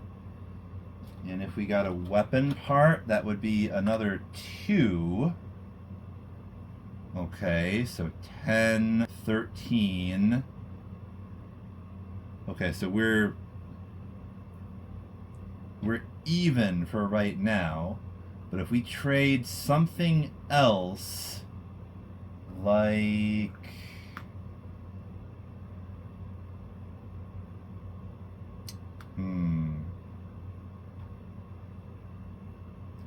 we could trade a lockpick for another 5. Or we could give our cigarettes away.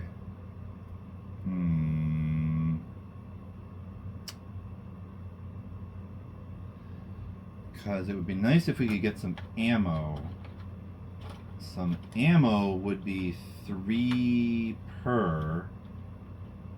So I wonder if we put down a lockpick and a cigarette, we could get 2 pieces of ammo. Ammo doesn't weigh us down either. So if we put down cigarette and lockpick, then we can grab 2 more ammo out of here. Cool. We got a saw blade, and we can potentially get a pistol now, and we got some more coffee. All for some extra stuff that we didn't really super duper need. Some moonshine would definitely come in handy, but we still have 1, and we can kind of use that if super necessary. It might be good to have Savetta drink some of the moonshine. That would bring her misery down. It would add to her fatigue. Oh, that's right, fatigue. I almost forgot. Everybody is at 1 fatigue now as well, because they are either doing guard duty or they're scavenging. Everybody is at least 1 fatigue. Okay. So I think that's our trade. We can take this stuff that we had that we're going to trade for, and we can put it away. We can discard it. So no more jewelry, cigarette, all that other jazz. But Now we can take all this other stuff and put it on the findings pile. Oh my goodness, we got a lot of stuff, y'all. That worked out pretty good. We got a lot of stuff. I don't think I've ever gotten that much stuff just yet while I was doing a scavenge. That is the most stuff that I've gotten so far. Anywho, let's see. So now that we have burned all of the exploration cards, as I was saying, that represents the amount of time that we had to scavenge the hospital. The fact that we are out of exploration cards now basically means the sun is about to come up and we need to skedaddle. So, let's see what the book says here.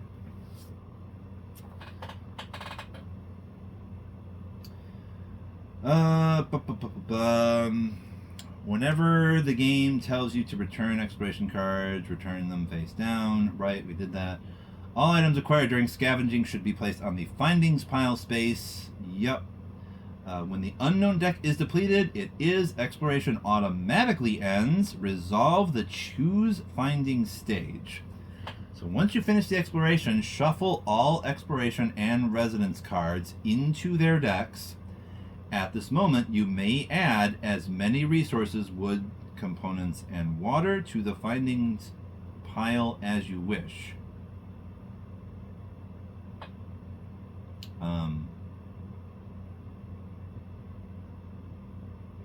Really?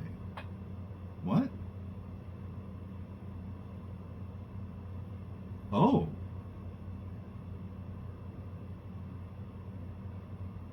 Really? We can just take back like a bunch of wood and components too. Wood components and water. Oh my gosh, we need some water. Yes, we need some water.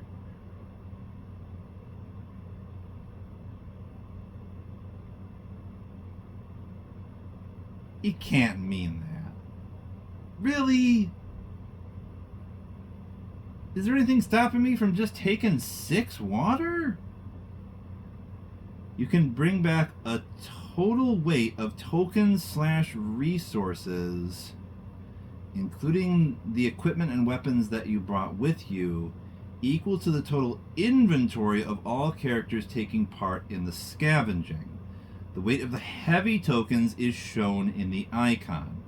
If a token does not have a kettlebell icon, its weight is 0. Each one resource, water, wood component, weighs 1. Everything you cannot carry and have to leave behind is discarded. Okay, so that's interesting. I'm glad I took the time to read that. I did not know that. I'm doing the tutorial to explain the game to you guys, and there was a thing that I just didn't know that was right here in the journal that I've gone through several times already. That's a good sign, right? Anyway, apparently we can add things like water components and wood to the list if we want to, but we would have to take away some of this stuff. So, and there really isn't that much to choose from, I don't think.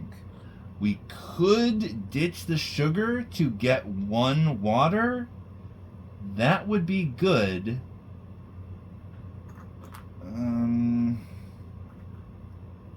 I don't really want to ditch anything else though, because we've got like a broken pistol weapon part. We want those things so we can potentially get a pistol for our guard. That would be great.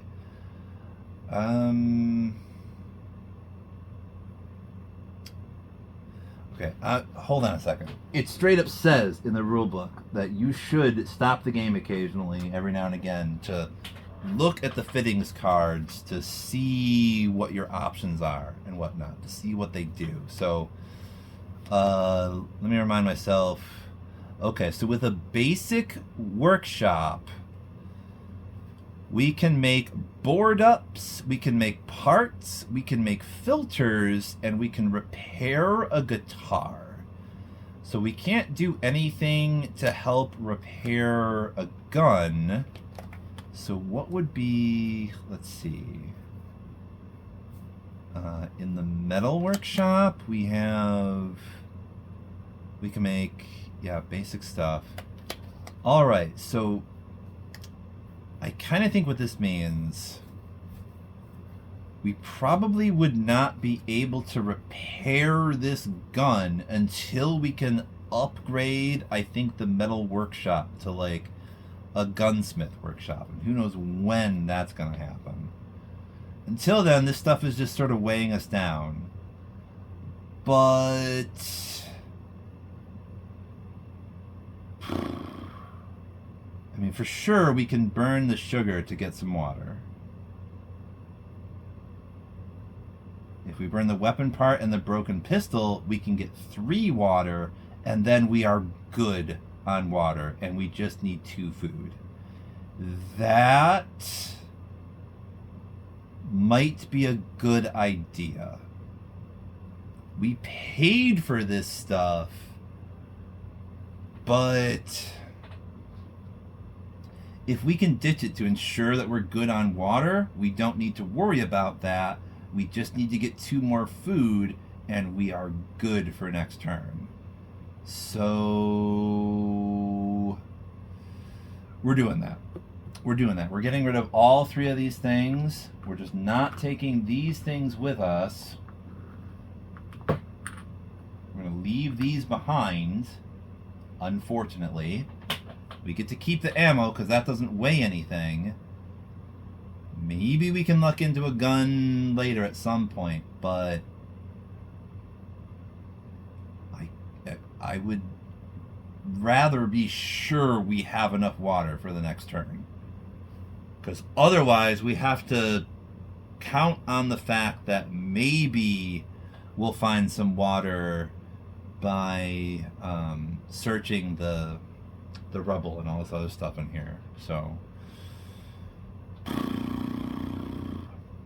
all right, taking 3 water out of here because it says, so yeah, there is something stopping you from taking all the stuff out of here. Each one of these water components and or wood that we take with us back from scavenging will be 1 slot. This is very interesting. It actually changes the game a lot because we were struggling when it came to like water, and the fact that you can just get water when you like scavenge, that's pretty dope. I can just get water guaranteed if I decide not to take some things, and that's what we're gonna do. So all right, we have chosen findings. Characters with their findings will make their way back to the shelter in the dawn phase. Before that, the night raid occurs. Okay, so we finally finished the scavenging phase here, and we are about to do the night raid phase. So we're gonna see what happens to poor Savetta. Does anything happen to her? I don't know. We'll have to see. So it says, meanwhile in the shelter, someone came in the night to steal our belongings. Okay. So, night raid, choose weapons for the guards. We do not have any weapons, unfortunately. So, Savetta has nothing. We draw and resolve the top card of the night raids deck. It says, damage is the amount of stolen tokens / resources that must be discarded from the storage. The weapons used by the guards remain safe. Wounds, the amount of wounds that must be distributed between the characters on the guard space. So what do we got? Top card says hobos. So that means 3 damage. We lose any 3 tokens / resources, starting with the most expensive ones. So that is our lockpick and both of the books. We lose both of those. And we don't get any wounds. Now what we can do is, even if Savetta is by herself and she has no weapons, we do get to roll the unarmed die. So if we get some results on this die, maybe we can reduce the amount of stuff these people take from us. And we did get one little fist here. Okay, so that means we can reduce the damage by 1, and they only take 2 things. So we will lose 1 book and 1 lockpick, but we do keep 1 book. And that is what happened with the night phase. We lost some stuff. Okay, but we did find a book,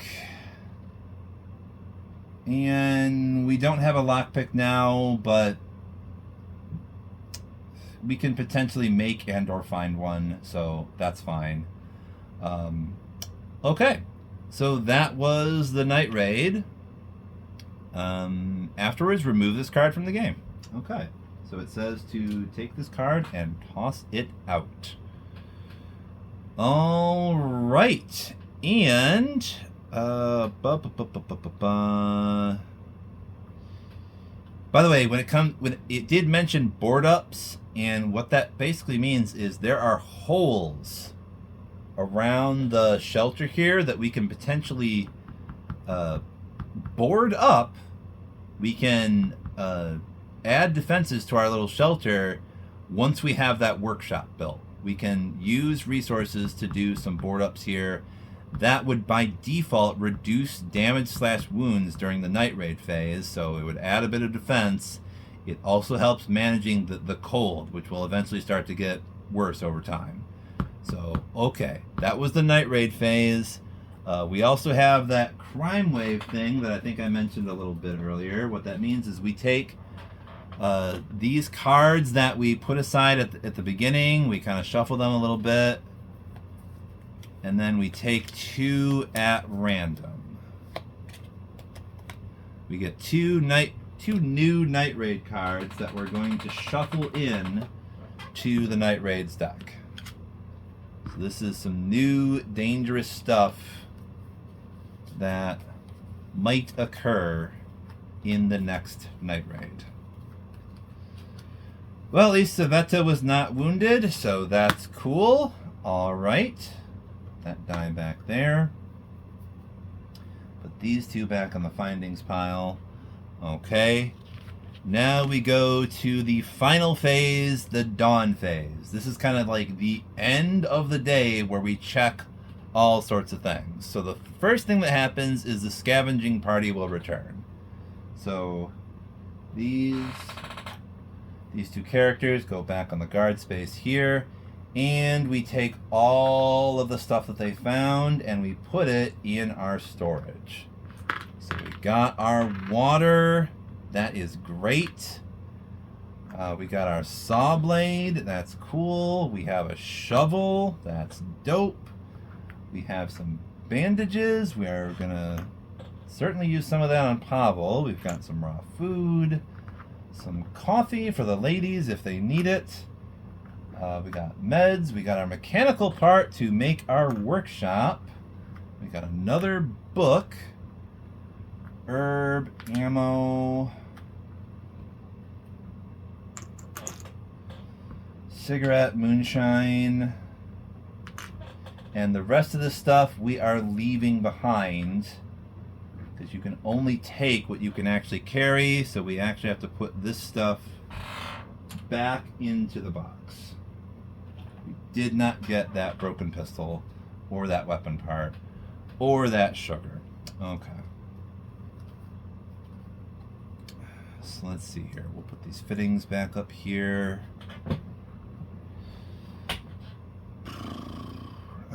We have to take everything and shuffle it back in here as well. Didn't do that. Exploration. Residence. Okay. I gotta shuffle the exploration deck. And the same thing with residence.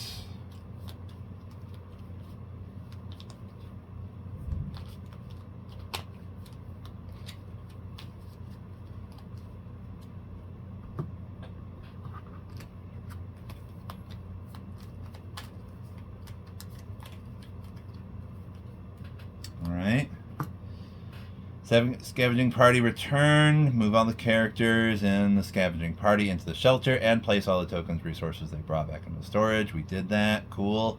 We assign meds and bandages. If there are any meds, herbal meds, bandages in the storage, you may assign them to ill/wounded by placing them on the chosen character's card. Yes, please. We want to take bandages and put them on Pavel because he still has 1 wound since he was shot by that sniper. Okay. So we have treated that wound. Keep any assigned tokens on characters to whom they were assigned and instructed by a fate card to discard them. And then we draw a fate card. Okay, so the fate card is sort of like your final check at the very end of the day to see what sort of consequences you have based upon what's going on in your overall situation. So at the top here it says, raise the illness of all ill characters. We don't have any of those. We can heal the wounds of all characters who had bandages by 1. Dope. So I think it said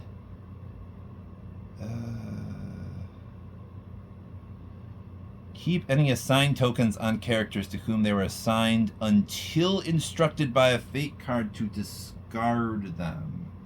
Yeah, discard bandages tokens from all characters. Okay. So that means we take these bandages, we don't get them back, we have to throw them back into the box, but Pavel's wound is now healed, so we get to put that state card back. So he's only a little tired now, and everybody is, thanks to the fatigue, we're all back to just 2 actions. We still have 2 actions, but we're still in this. We're still in this. It's nothing's too bad except for the misery on Sveta. We might have her drink the moonshine to feel a little bit better. That would make her really tired though, and that would mean she would probably have to sleep next time around. Anyway, let's see here. So, next. If cold tokens minus board ups equals 1 or more, oh no. Oh, and we have one, oh my gosh. Okay, so we raise the illness of 1 chosen character by 1.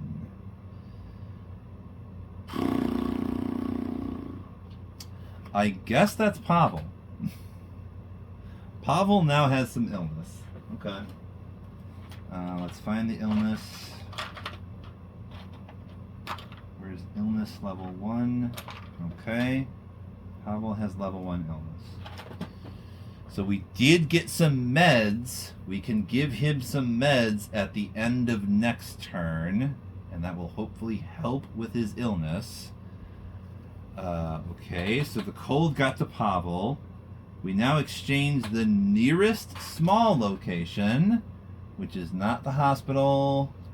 It is the small apartment buildings. Okay. So another thing that happens is we might switch up locations at the end of the turn. We now get a new distant location, which is a church. Okay, so that happened. Resolve weight tokens. We don't have any of those. Weight tokens are basically for like workstations that you make that require like a bit of time for something to happen. Like for example, we might be able to make a rainwater filter and or a deadfall trap that will generate raw food and or water for us. Those are 2 things that we really, really need, I think. So we would be putting weight tokens on them, and then we would resolve them in the fate stage during dawn. We might get more water and food from that. Also, we resolve Spirit C on all character cards. So we look at our character cards, and there are numerous Spirit entries, but we only look at one of them. So for Katya, it says if Katya is wounded, she isn't. So Katya is good. Sveta says comforting talk. So you can lower one chosen character's misery by 2.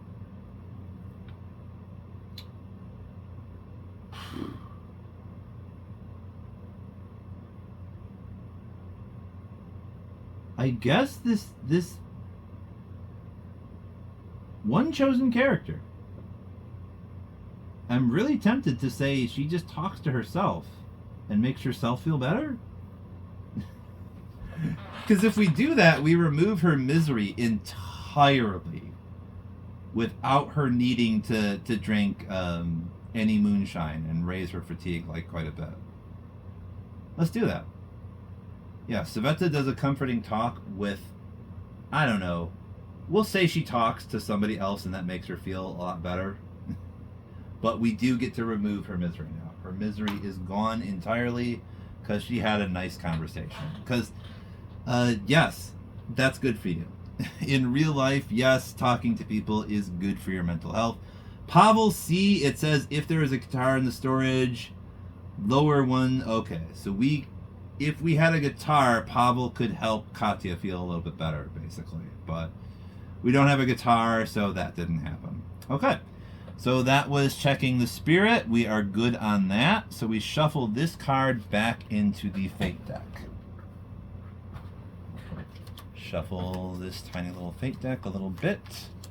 Okay. And next thing is we do narrative action card. Okay. So there's also some narrative actions. We take 2 of these. We read them and then we choose one and shuffle the other back into the deck. What would we want here? We have Who's There and Kick the Door Down. Play during the day actions phase or during the scavenging phase, you automatically open a closed door. This would come in handy since we don't have a lockpick. This would really come in handy. So we might pick this. Or there's Who's There. Says play at the end of any phase, draw and resolve 2 cards from the visitor's deck. Oh, that might be cool too, because that means we could just play this card and resolve visitors without having to risk getting shot.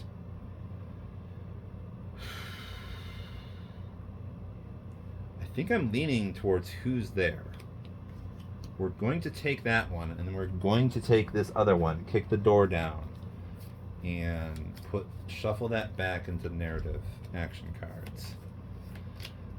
Okay, so basically surviving a day gives you a tiny little bonus at the end of the day that you might take advantage of.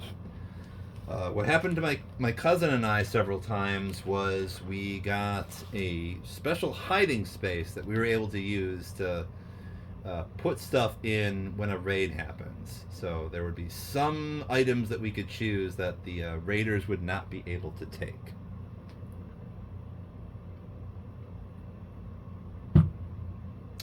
Okay.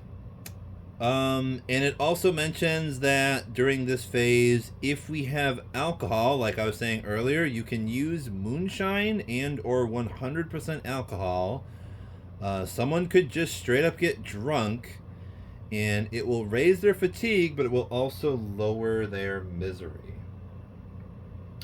So in theory, we could use our moonshine on Katya to get rid of her misery, but it would drastically increase her fatigue. Like, she'd be at level 3 fatigue, and she'd be pretty much useless during the day, I would think, and she would need to sleep, meaning she wouldn't be able to guard or go on scavenging, basically. So we're not going to do that. We're not going to have her get drunk. And also, if somebody dies, you kind of, at this point, have to check. Once again, you need to do an empathy check to see if that has a serious impact on some of the remaining characters.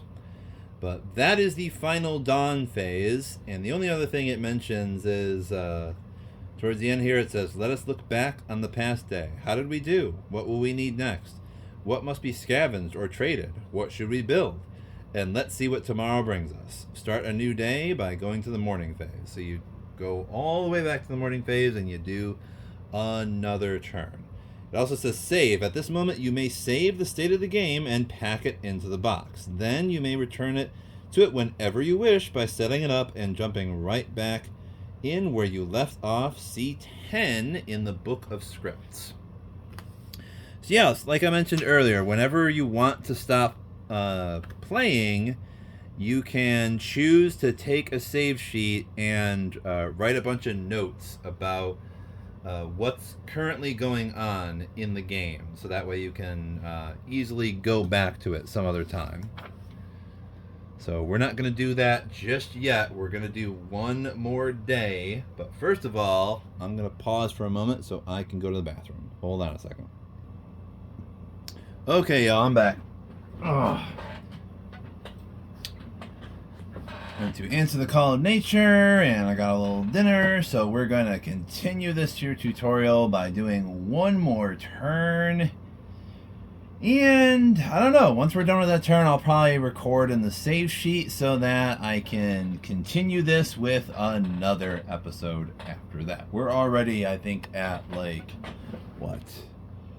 Yeah, 2 hours and 15 minutes, so let's try and wrap this next turn up, and then we'll save and probably do another one after this, so it'll be 2 episodes. But anyway, okay, so we have finished the first turn, we finished the dawn phase, we're gonna go back to the next morning phase. That means we're gonna see another event. So we pull the latest event card and we see what that brings us. Okay, so it says famine. Place this card on the findings pile. In addition to that, we add 2 cold tokens to the cold space. So cold is now up to 2. Unless we build a heater or find some other way to manage it. If we do build that workshop, we can do some board ups to reduce the effect the cold has at least a little bit.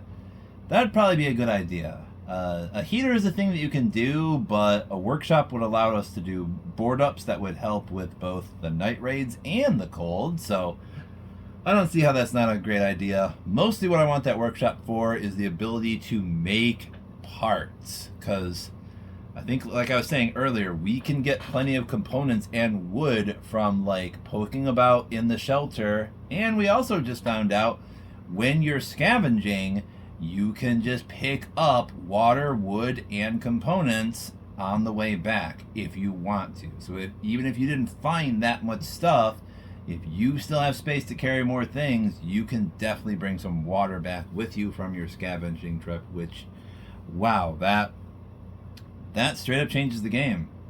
But we got some more cold and we have famine. Famine basically means the value of any and all kind of food is raised by 3 if we try to trade for stuff.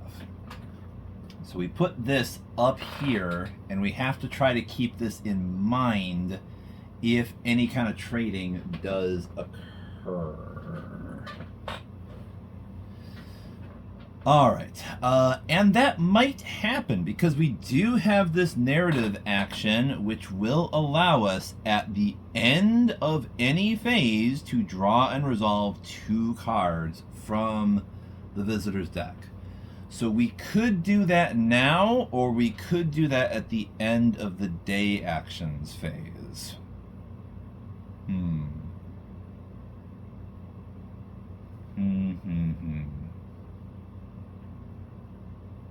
Might as well do it now, because if we get a person that joins us, we'll have an extra pair of hands during the day actions phase.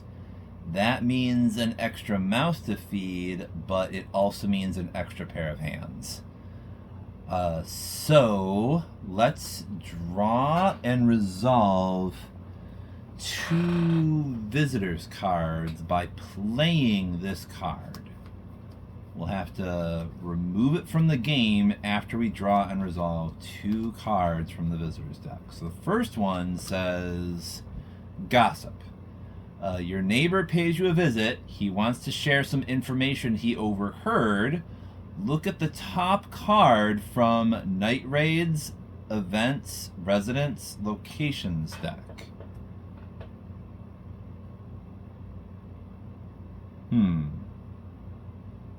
I wonder if this means we can look at the top card of all of these decks or just one of them. I'm going to assume we can look at the top card of all of these decks. So first we'll see Night Raids to see what will happen tonight. We know it's just going to be starving people.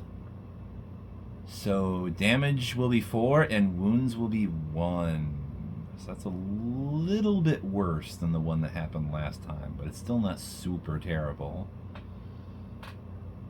We can look at events and residents. So I guess we'd see the event for tomorrow would be army deals.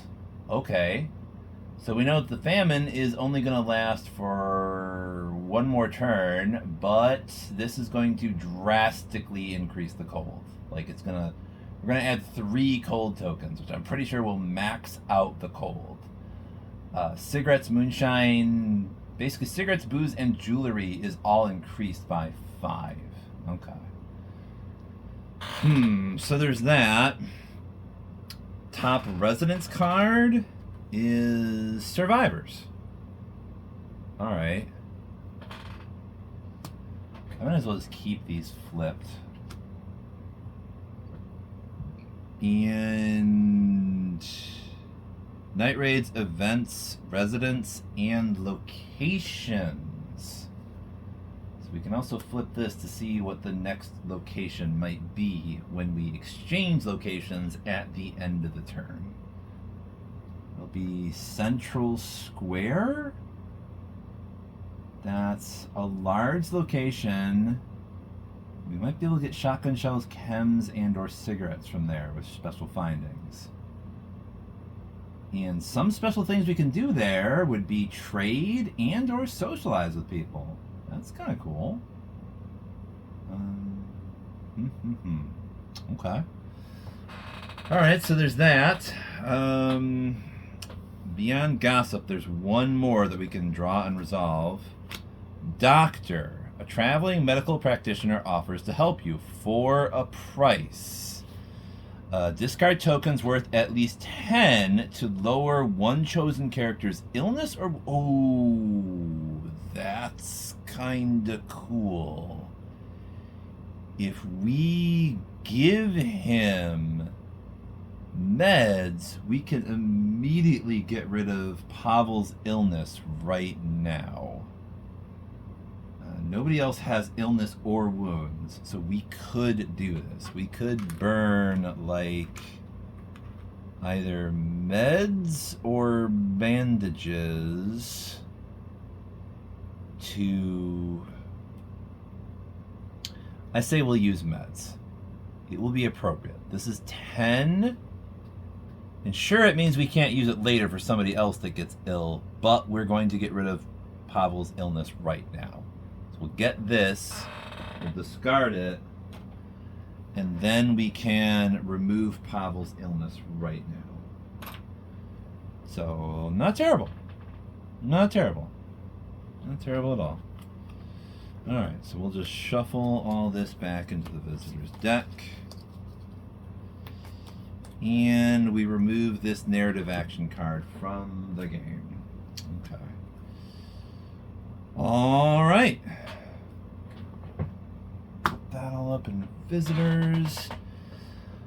Okay, so that happened. Let's see. We drew and we resolved the top card from the events deck. So now we get to go to day actions. Okay, I was kind of, sort of, maybe hoping for another person to help us. With that other person, though, we would have had to worry. We would have needed to worry about like getting extra water in addition to getting extra food, because we've got enough water for everybody right now, but we do not have enough food. So we want to work on that. Let's see.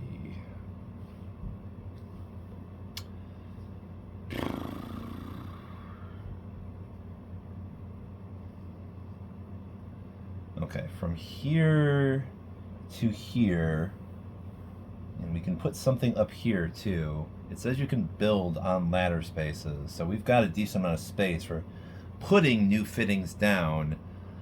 I think we might want to start with building a workshop and then using that workshop to put out a part. So let's try to plan this out a little bit. Okay. We can build a workshop for 1 mechanical part, 5 components, and 3 wood. So that part would be pretty easy. And then we could use it to make parts, which means we could burn 2 components to make a filter. Well, 1 component for a filter and 2 components for another part that we might need. So I'm wondering, for a rainwater collector, we need a mechanical part and a filter. For a deadfall trap, we need 2 mechanical parts. So we could burn 4 components to get 2 more mechanical parts. And at that point, we would just need 5 components and 2 wood to build a deadfall trap. Okay. So we can build this right now. But if we get rid of 5 components, yeah, we still have 5 plus 8 components left. And we can always poke about to get more. We can have whoever builds the workshop also use it to make 1 mechanical part. But I think if they do that, someone else wouldn't be able to use it to make more stuff. So whoever builds the workshop might need to go off and do one thing, which might be picking the lock of this closed door or sawing these bars. Sawing the bars might be great because we do have a saw blade, and I don't think you need like to roll a die or anything. It just happens. We could get rid of these bars and then access this furniture over here. So that might be a good start, is have someone build a workshop. So we could put a workshop way over here.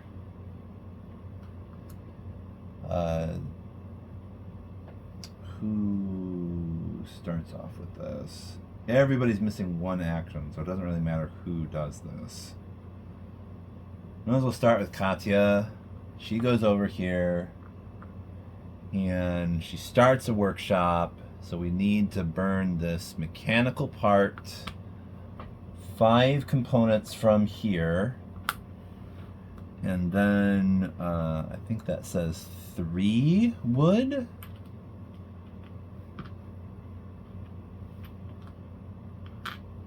Okay, so we get rid of this and we get 1 workshop.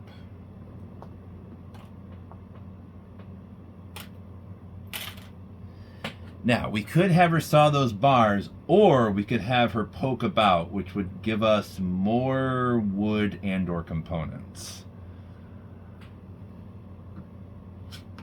So we have our workshop now, and we know we're going to need like 4 extra components to build a deadfall trap. So we would need, actually, I think, 9 components and 2 wood. And currently we have 8 components. So if we send Katya to poke about, we could get enough to build a deadfall trap. Someone else could build the mechanical parts, and then another person could build the deadfall trap and then probably use it. So that way we would get additional food at the end of the turn. But we kind of need food right now, though. So,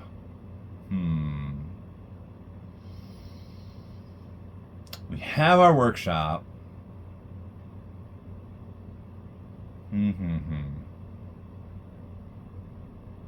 Let's see. If Katya saws these, someone else could search the furniture and maybe...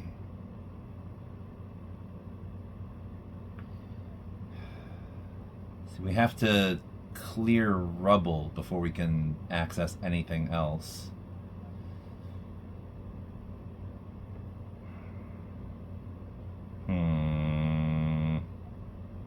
Gotta think about this. We've already used up 1 action so far. We have 5 left. We have enough water for everybody, but we need 2 more food. Unfortunately, didn't get any food from those visitors.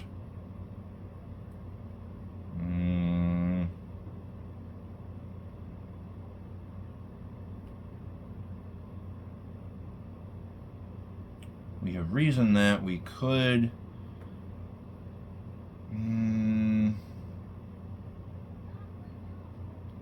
Yeah, dusk phase I think happens right before...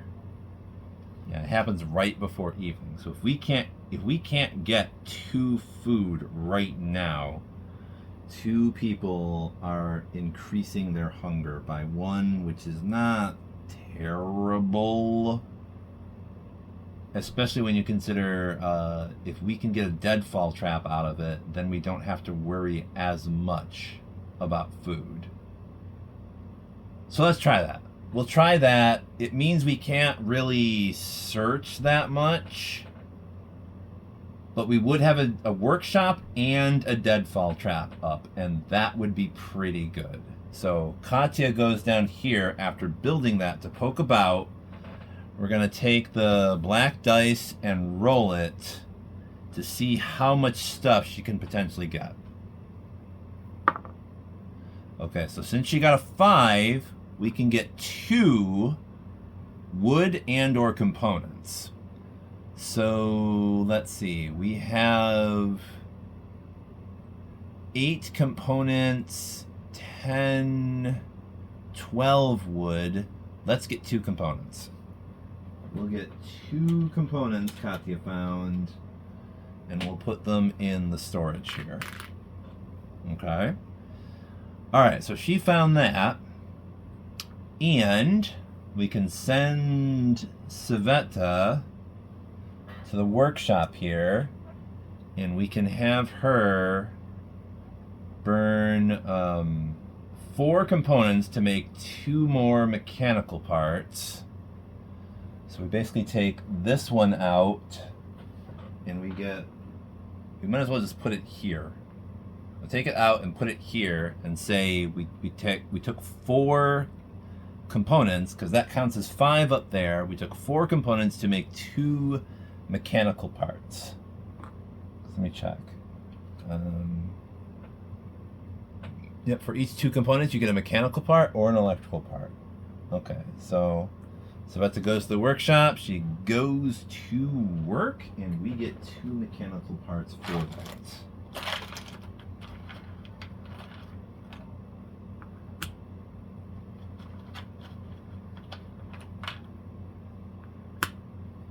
Alright. So since she did that, Pavel can go... Let's see.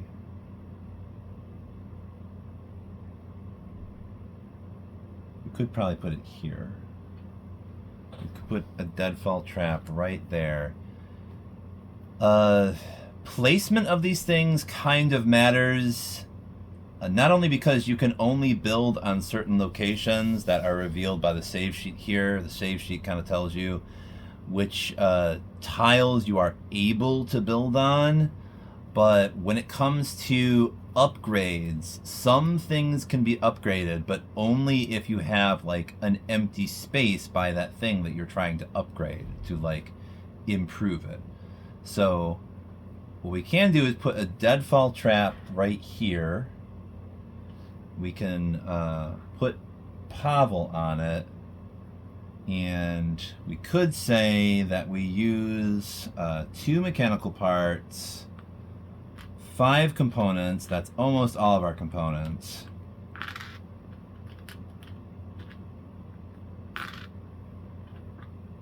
And 2 wood. So we have exactly 2 wood in the storage. Okay, we use all that to build the deadfall trap. Great. 4, 5, 2 wood, 2 mechanical parts. Cool. Put all that stuff back in the supply box. Now we get us a deadfall trap right here. Cool. So with the deadfall trap, Pavel has 1 action left. We can...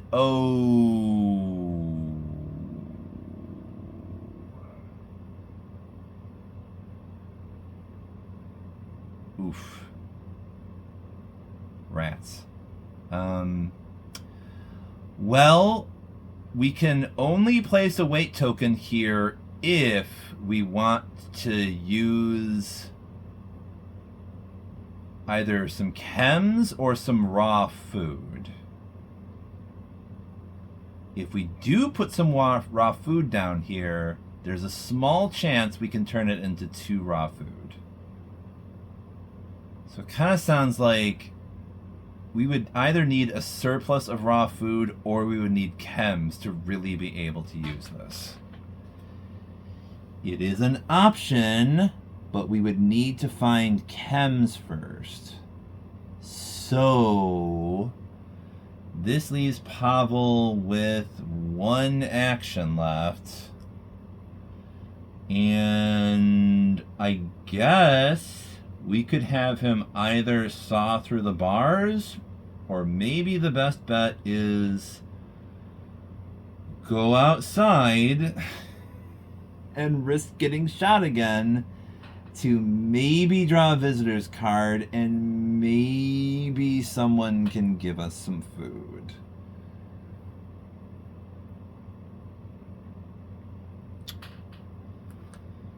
Ugh, all that stuff we found, and we did not find chems. Damn it. I should have traded for some chems. This is what I get for not for not reading this. We know now. We know we need chems now to use this deadfall trap. Okay. So, we're going to have him go outside, and we roll a die. On a 1, he once again gets shot and suffers 2 wounds. He gets a 4, so this time he does not get shot. We do draw and resolve 1 visitor's card. And this card says, Arrival. A gravely wounded stranger asks for shelter, and they have a bunch of food. Okay. We can draw a card from the unused character's deck and add them to our group. We place a level 2 wounds token on them. We also add raw food and 3 vegetables to the storage. Then we remove this arrival card from the game. Okay, so this isn't terrible. Someone's going to go thirsty, but we will have enough food for everyone to eat if we take this person in. If you decide not to take this person in, you may buy any items this person is carrying. See journal trade sheet. Trade commission is 3. Actually, it's 0 because we have Katya. So we could either trade with this person. We just don't have that much to trade. Like, what we really want is vegetables and or raw food. And we don't have all that much to trade with. I prefer not to let any of this stuff go, if I'm honest. So we might as well take the person in. It's an extra pair of hands. Sure, they're wounded, but they'll bring a bunch of food with them. So, okay. We get an arrival. This is the first time this has happened to me so far, so okay. That's cool. We're just going to draw the top character and see which one it is. It is Roman, the deserter. Okay, so we got a good fighter here, actually. Roman can probably just go on guard duty while other people go off to scavenge. And we can probably always have at least one person on guard, 2 people scavenging, and 1 person can sleep. Whoever is the most tired and really needs to remove that fatigue. Okay. But for Roman the deserter, we need to give him 2 wounds. Okay. And let's see. We get a raw food and 3 vegetables. Let's see. Raw food. 1, 2, and 3. All right.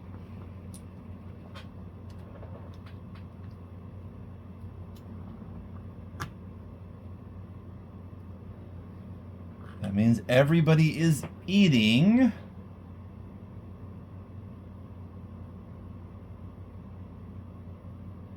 And we could completely remove the hunger of, like, some people. Okay, I don't think it says Roman has any hunger. He just has level 2 wounds. Alright. We do have bandages to put on him, for now at least, anyway. We can't really do that until it's the turn is almost over, so hopefully that we don't lose them in the night raid. We do have those starving people showing up. They are going to take any 4 tokens resources starting with green tokens, meaning they will be taking our food, but they won't be taking our bandages. Okay, so we know that. Starting with green tokens. So that means, great. It might mean we lose our coffee, because we have 3 vegetables and 2 raw food, but, well, moonshine also counts. We'll figure this out. Okay.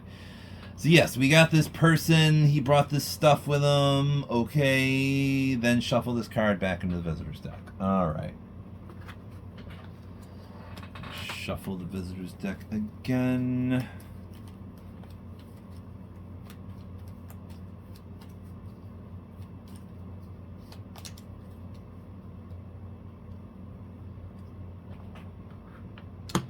I'm pretty sure, since Roman just joined us, he can't actually do anything during the day action phase, even though we could potentially have him do one thing. We might as well also get his model out.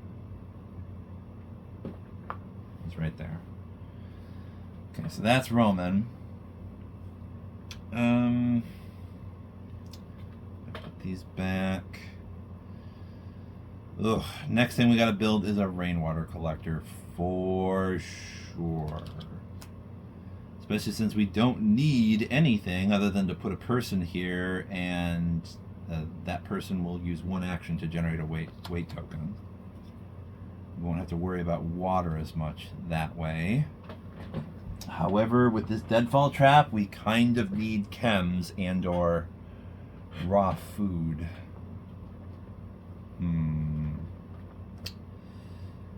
Okay.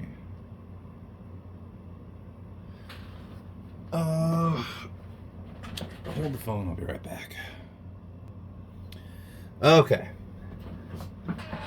So I checked the rule book, and yes, when you get a character for whatever reason, they cannot contribute to that particular stage of the turn that they're in. So Roman isn't going to be able to do anything during the day action phase, but that's fine.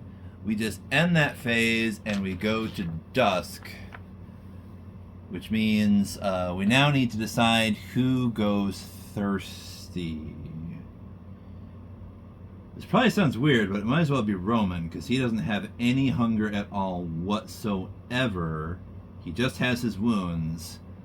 So we might risk not having him drink to potentially raise his either his hunger or his misery. We'll see which one raises.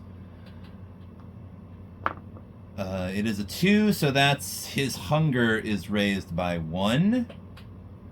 Which is not terrible, because if we have him... No, we're not going to have him. Although I do get to choose. I'll explain what I mean in a second. Let's see here. Hunger... Where's the... Rank and roll hunger. Hunger 2. His hunger has been raised, so his hunger is at 1. Everybody's hunger is at 1. Definitely. Alright, so we have 2 raw food. We just got rid of the water. The other 3 characters drank some water. That's all gone. We can now choose who's going to eat the raw food and who's going to eat the vegetables. Whoever eats the raw food, their hunger gets reduced by 1, so that's eliminated entirely. I kind of think...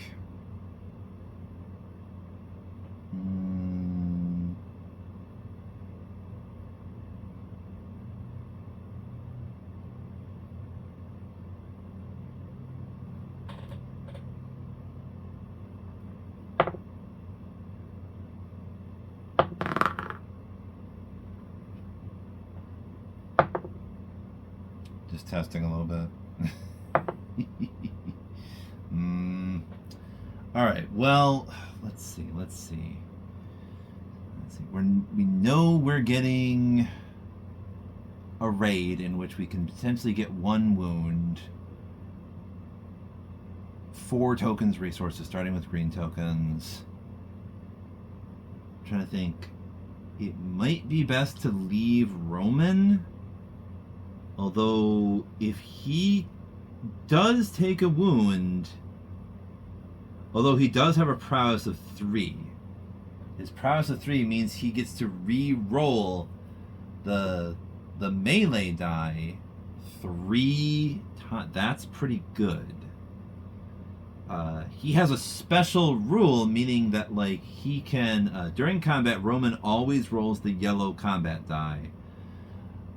So even if we don't have any actual melee weapons, he will count as like having a knife, basically, more or less. Which means I could potentially roll one of these like 3 knives, and that means we would reduce, we would get rid of the wound, and we would reduce the damage by like 2. That would be pretty good. That could almost certainly happen. So we might want to keep Roman as the guard.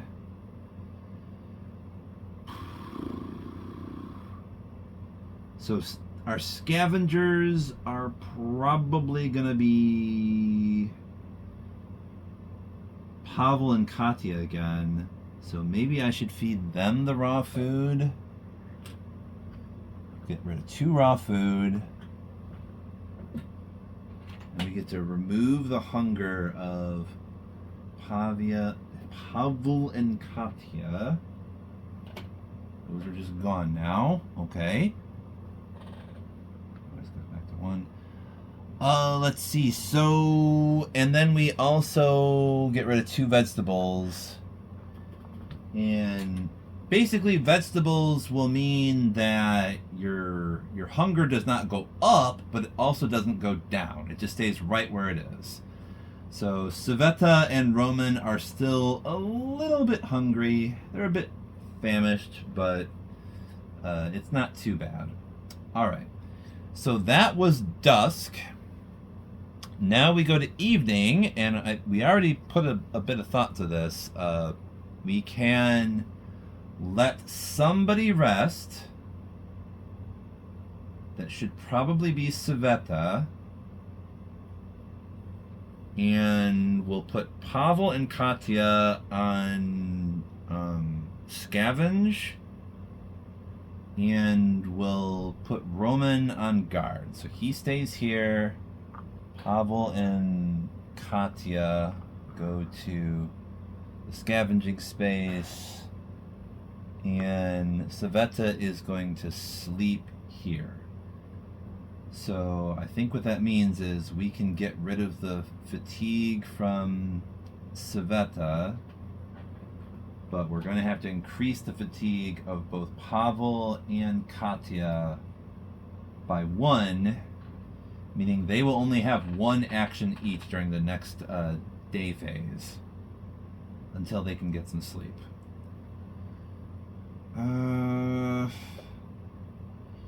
I mean, it is really tempting to take Roman and leave either Pavel or Katya. If Roman goes scavenging, Pavel does have 1 prowess. So that's something. Roman is clearly the better guard, though, but if I can take Roman to the hospital, we might be able to heal him. If nothing else, we could find even more bandages and meds and whatnot, but he could be just healed at the hospital when he goes there.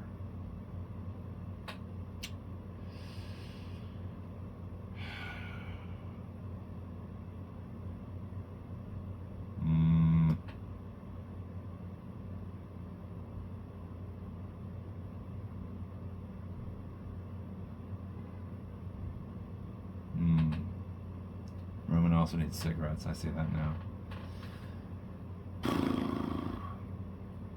Let's keep Roman as the guard. He's our guard. He's our permanent guard. So we have to up his fatigue by 1. Okay. So that is what happens, and we give we might as well give the shovel and the saw blade to... Actually, how about just the saw blade? We can keep the shovel here. Because now that I think about it, we only need to take the shovel if the place we're going to has rubble. And if we're going to go to the hospital, it has a closed door, a basement entrance, and bars. So we can potentially saw through some bars, but we don't need a shovel since there's no rubble, as far as I know. Although there might be a rubble in one of the exploration cards, now that I think about it. And if we have a shovel, we can just dig through it. We still have 7 spots anyway with Pavel and Katya. So, but it's down to 6 if we take the shovel. Might mean we can get some goodies though. So, all right, that's what we're taking. That's what we're equipping them with. We still don't have any actual weapons, but all right, we figured out what people are going to be doing in the evening phase. Now we can go straight on to scavenging. So, okay, and we already even know which location we're going to. We're definitely going back to the hospital again. We can score meds, bandages, maybe even some chems. We might get some chems here too. That'd be really dope. We need some chems, please. Okay, so we get to take 14 cards. 2, 3, 4, 5, 6, 7, 8, 9, 10, 11, 12, 13, 14 cards, and we're putting this in the unknown phase. And thanks to that gossip, we know that if we draw an encounter, it's going to be the survivors. They will definitely have weapons. There could be anywhere from 2 to 4 of them.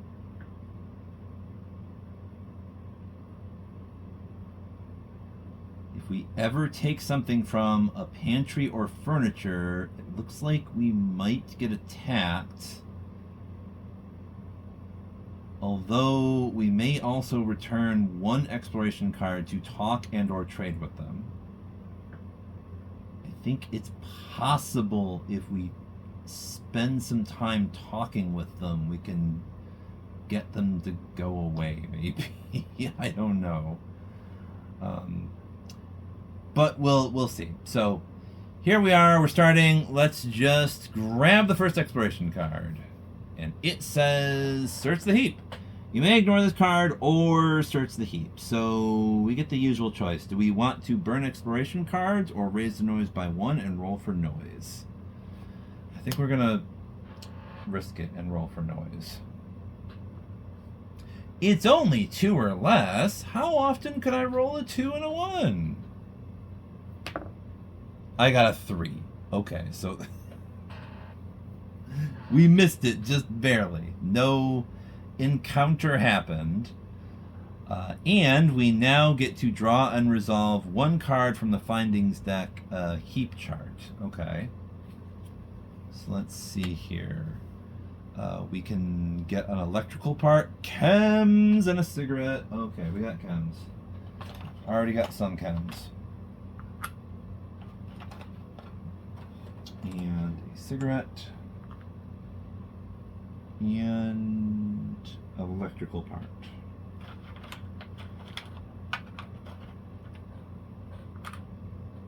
Okay, so we're at 2 now. An electrical part and a shovel. Alright.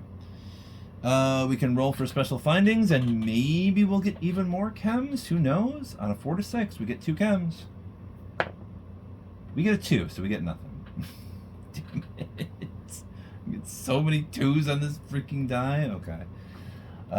So we put this back into findings and we discard this search the heap one and we pull another one and it says you may ignore this card or hide out.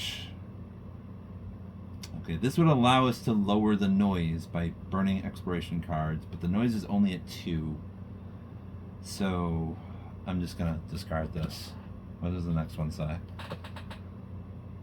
You may ignore this card or search the pantry. It is marked private, but we haven't encountered any residents yet. So we can burn 2 exploration cards or raise the noise by 1 and roll for the noise. How many exploration cards do we have? 1, 2. 3, 4, 5, 6, 7, 8, 9, 10. We have 11 cards in the unknown deck. So that would bring us down to 9. That's still plenty of cards. And then we could just search the pantry without having to roll for noise. Yeah, let's do that. For once, we'll just burn exploration cards rather than taking a risk. 2 more exploration cards back here. And we now get to draw and resolve 1 findings card from the pantry chart. We get sugar and canned food and maybe something else. Okay. Canned food is good. We will take that. Okay, we're already up to 4 now. And we get to roll maybe more chems.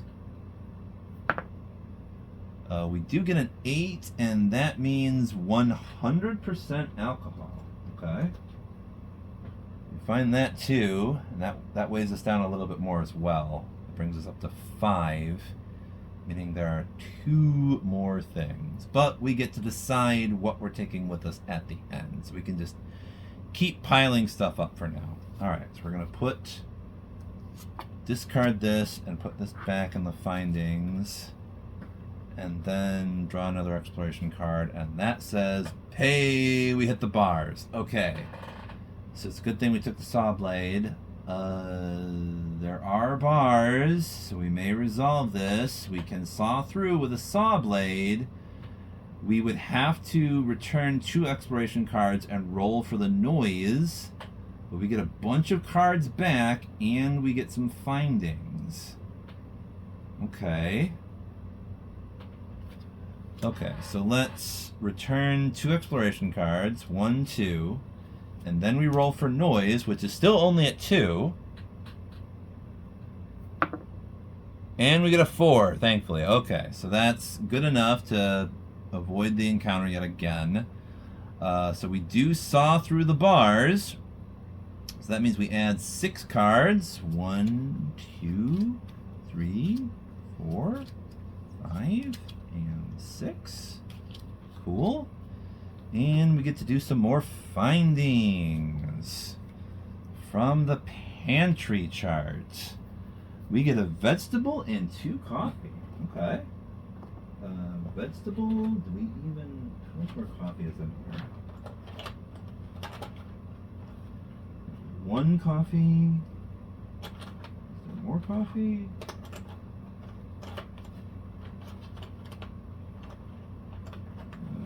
I don't think so, no.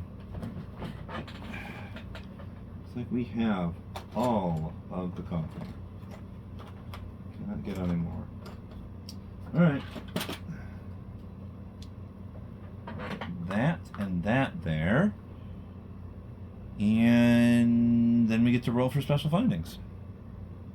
Chems, maybe? These? 4 to 6? We get a 9. Okay, so that's meds. Alright. Not chems, but I'll take that. It's worth something, and if somebody gets sick, we can always use meds, and we did already get 1 chems, so we will almost certainly be able to use those chems to hopefully get raw food for that. Okay, so discard the bars, and we put this back in findings. Another exploration card is rubble. Good thing we brought a shovel. Okay. So we can once again return 1 exploration card. We do need to raise the noise by 1 and then roll for the noise. Okay. So return 1 exploration card, increase noise by 1, and roll for the noise.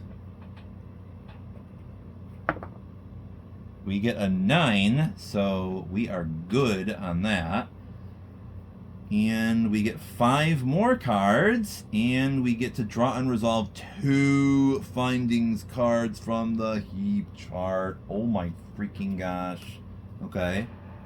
1, 2, 3, 4, 5. Oh my goodness. Look at all these cards we have in the exploration deck now. That's nice. We can definitely afford to burn some exploration cards now to do other things. But we got those cards, and now we also get to, let's see, draw and resolve 2 findings cards on the heap chart. So first one is going to be, we get a broken pistol and some ammo. That was that stuff we had to ditch earlier. Let's see.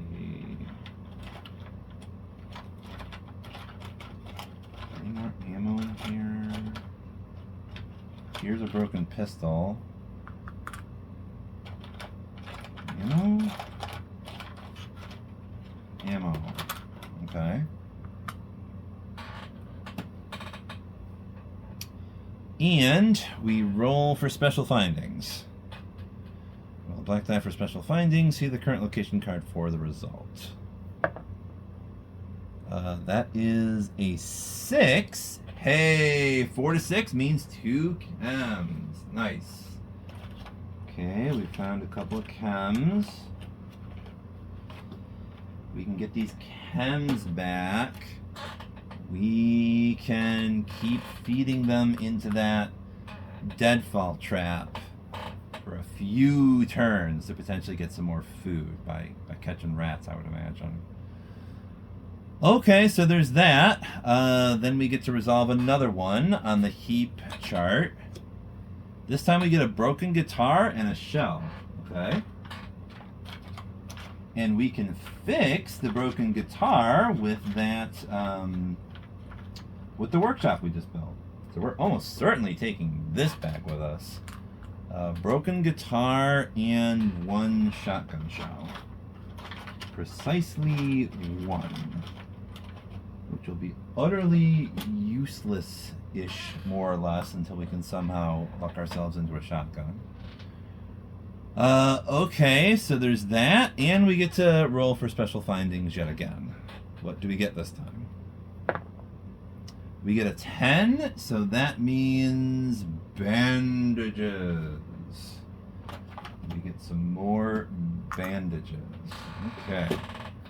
That's good, because Roman is going to need them. He's got 2 wounds. We have to put some bandages on this man. This is pretty cool, because this means that, like, even... Well, no, we're not going to lose the bandages in the raid. We already know that the raid only takes from the green tokens. We'll worry about that later. Right now, we discard rubble, and we put these findings cards back. Gotta keep on rolling. We got a lot of cards to burn through here. What is up next? We can climb up, look for another way, return 3 exploration cards, or, oh, we're definitely burning three cards. It says we can climb. We would have to roll the gray combat die for each scavenging character, and they might be taking wounds. No thanks. We are discarding this. We're returning 3 exploration cards to look for another way. Next card says stairs down. So we can look for another way again by returning 3 exploration cards, or we can raise the noise by 3 and roll for the noise. Bringing us up to 6.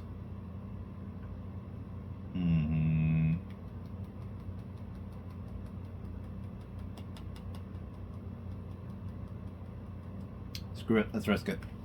We're gonna raise the noise by 3, putting it up to 6, and then we roll for noise to see if we attract these survivors or not. What the heck is that? It's a 9, so we're good. We are good. We just get to throw this out. We did not trigger an encounter. Okay.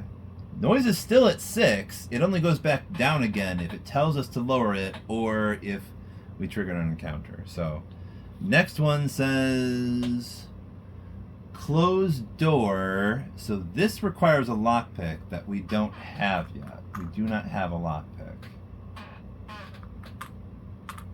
Do not have that. We have a shovel, we have a saw blade, no lockpick though. So we have to place this one to the side just in case we can get a lockpick. Next one is you may ignore this card or poke about.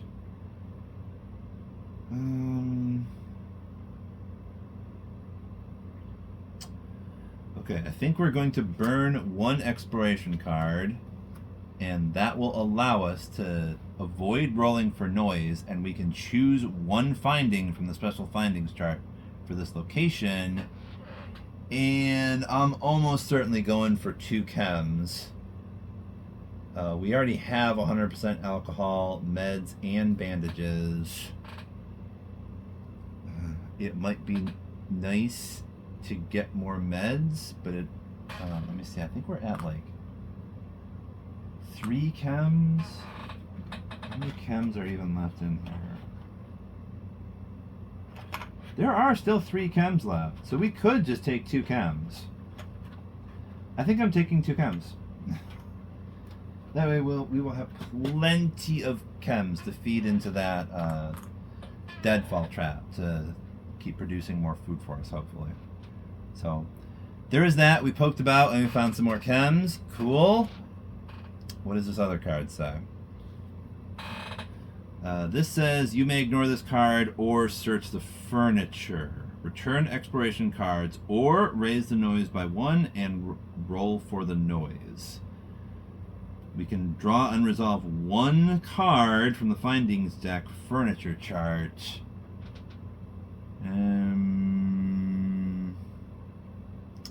If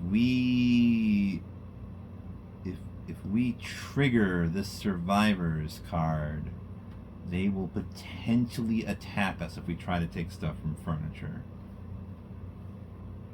So we can either return 2 exploration cards, which would bring us back down to 4, so that we can safely search some furniture, or we can take a risk. We would only avoid an encounter if we rolled 8 or more, so those are not great odds. I think we need to burn 2 exploration cards, and that'll allow us to get more findings from a furniture chart safely. And this says herbal meds, jewelry, weapon part, and filter. Oh my goodness, we got some good stuff here. This means with a filter, we don't have to make a filter to do that rainwater collector. We also get jewelry for trading, right? Yeah, we're searching furniture, so we get a filter, we get jewelry. We also get a weapon part and some herbal meds.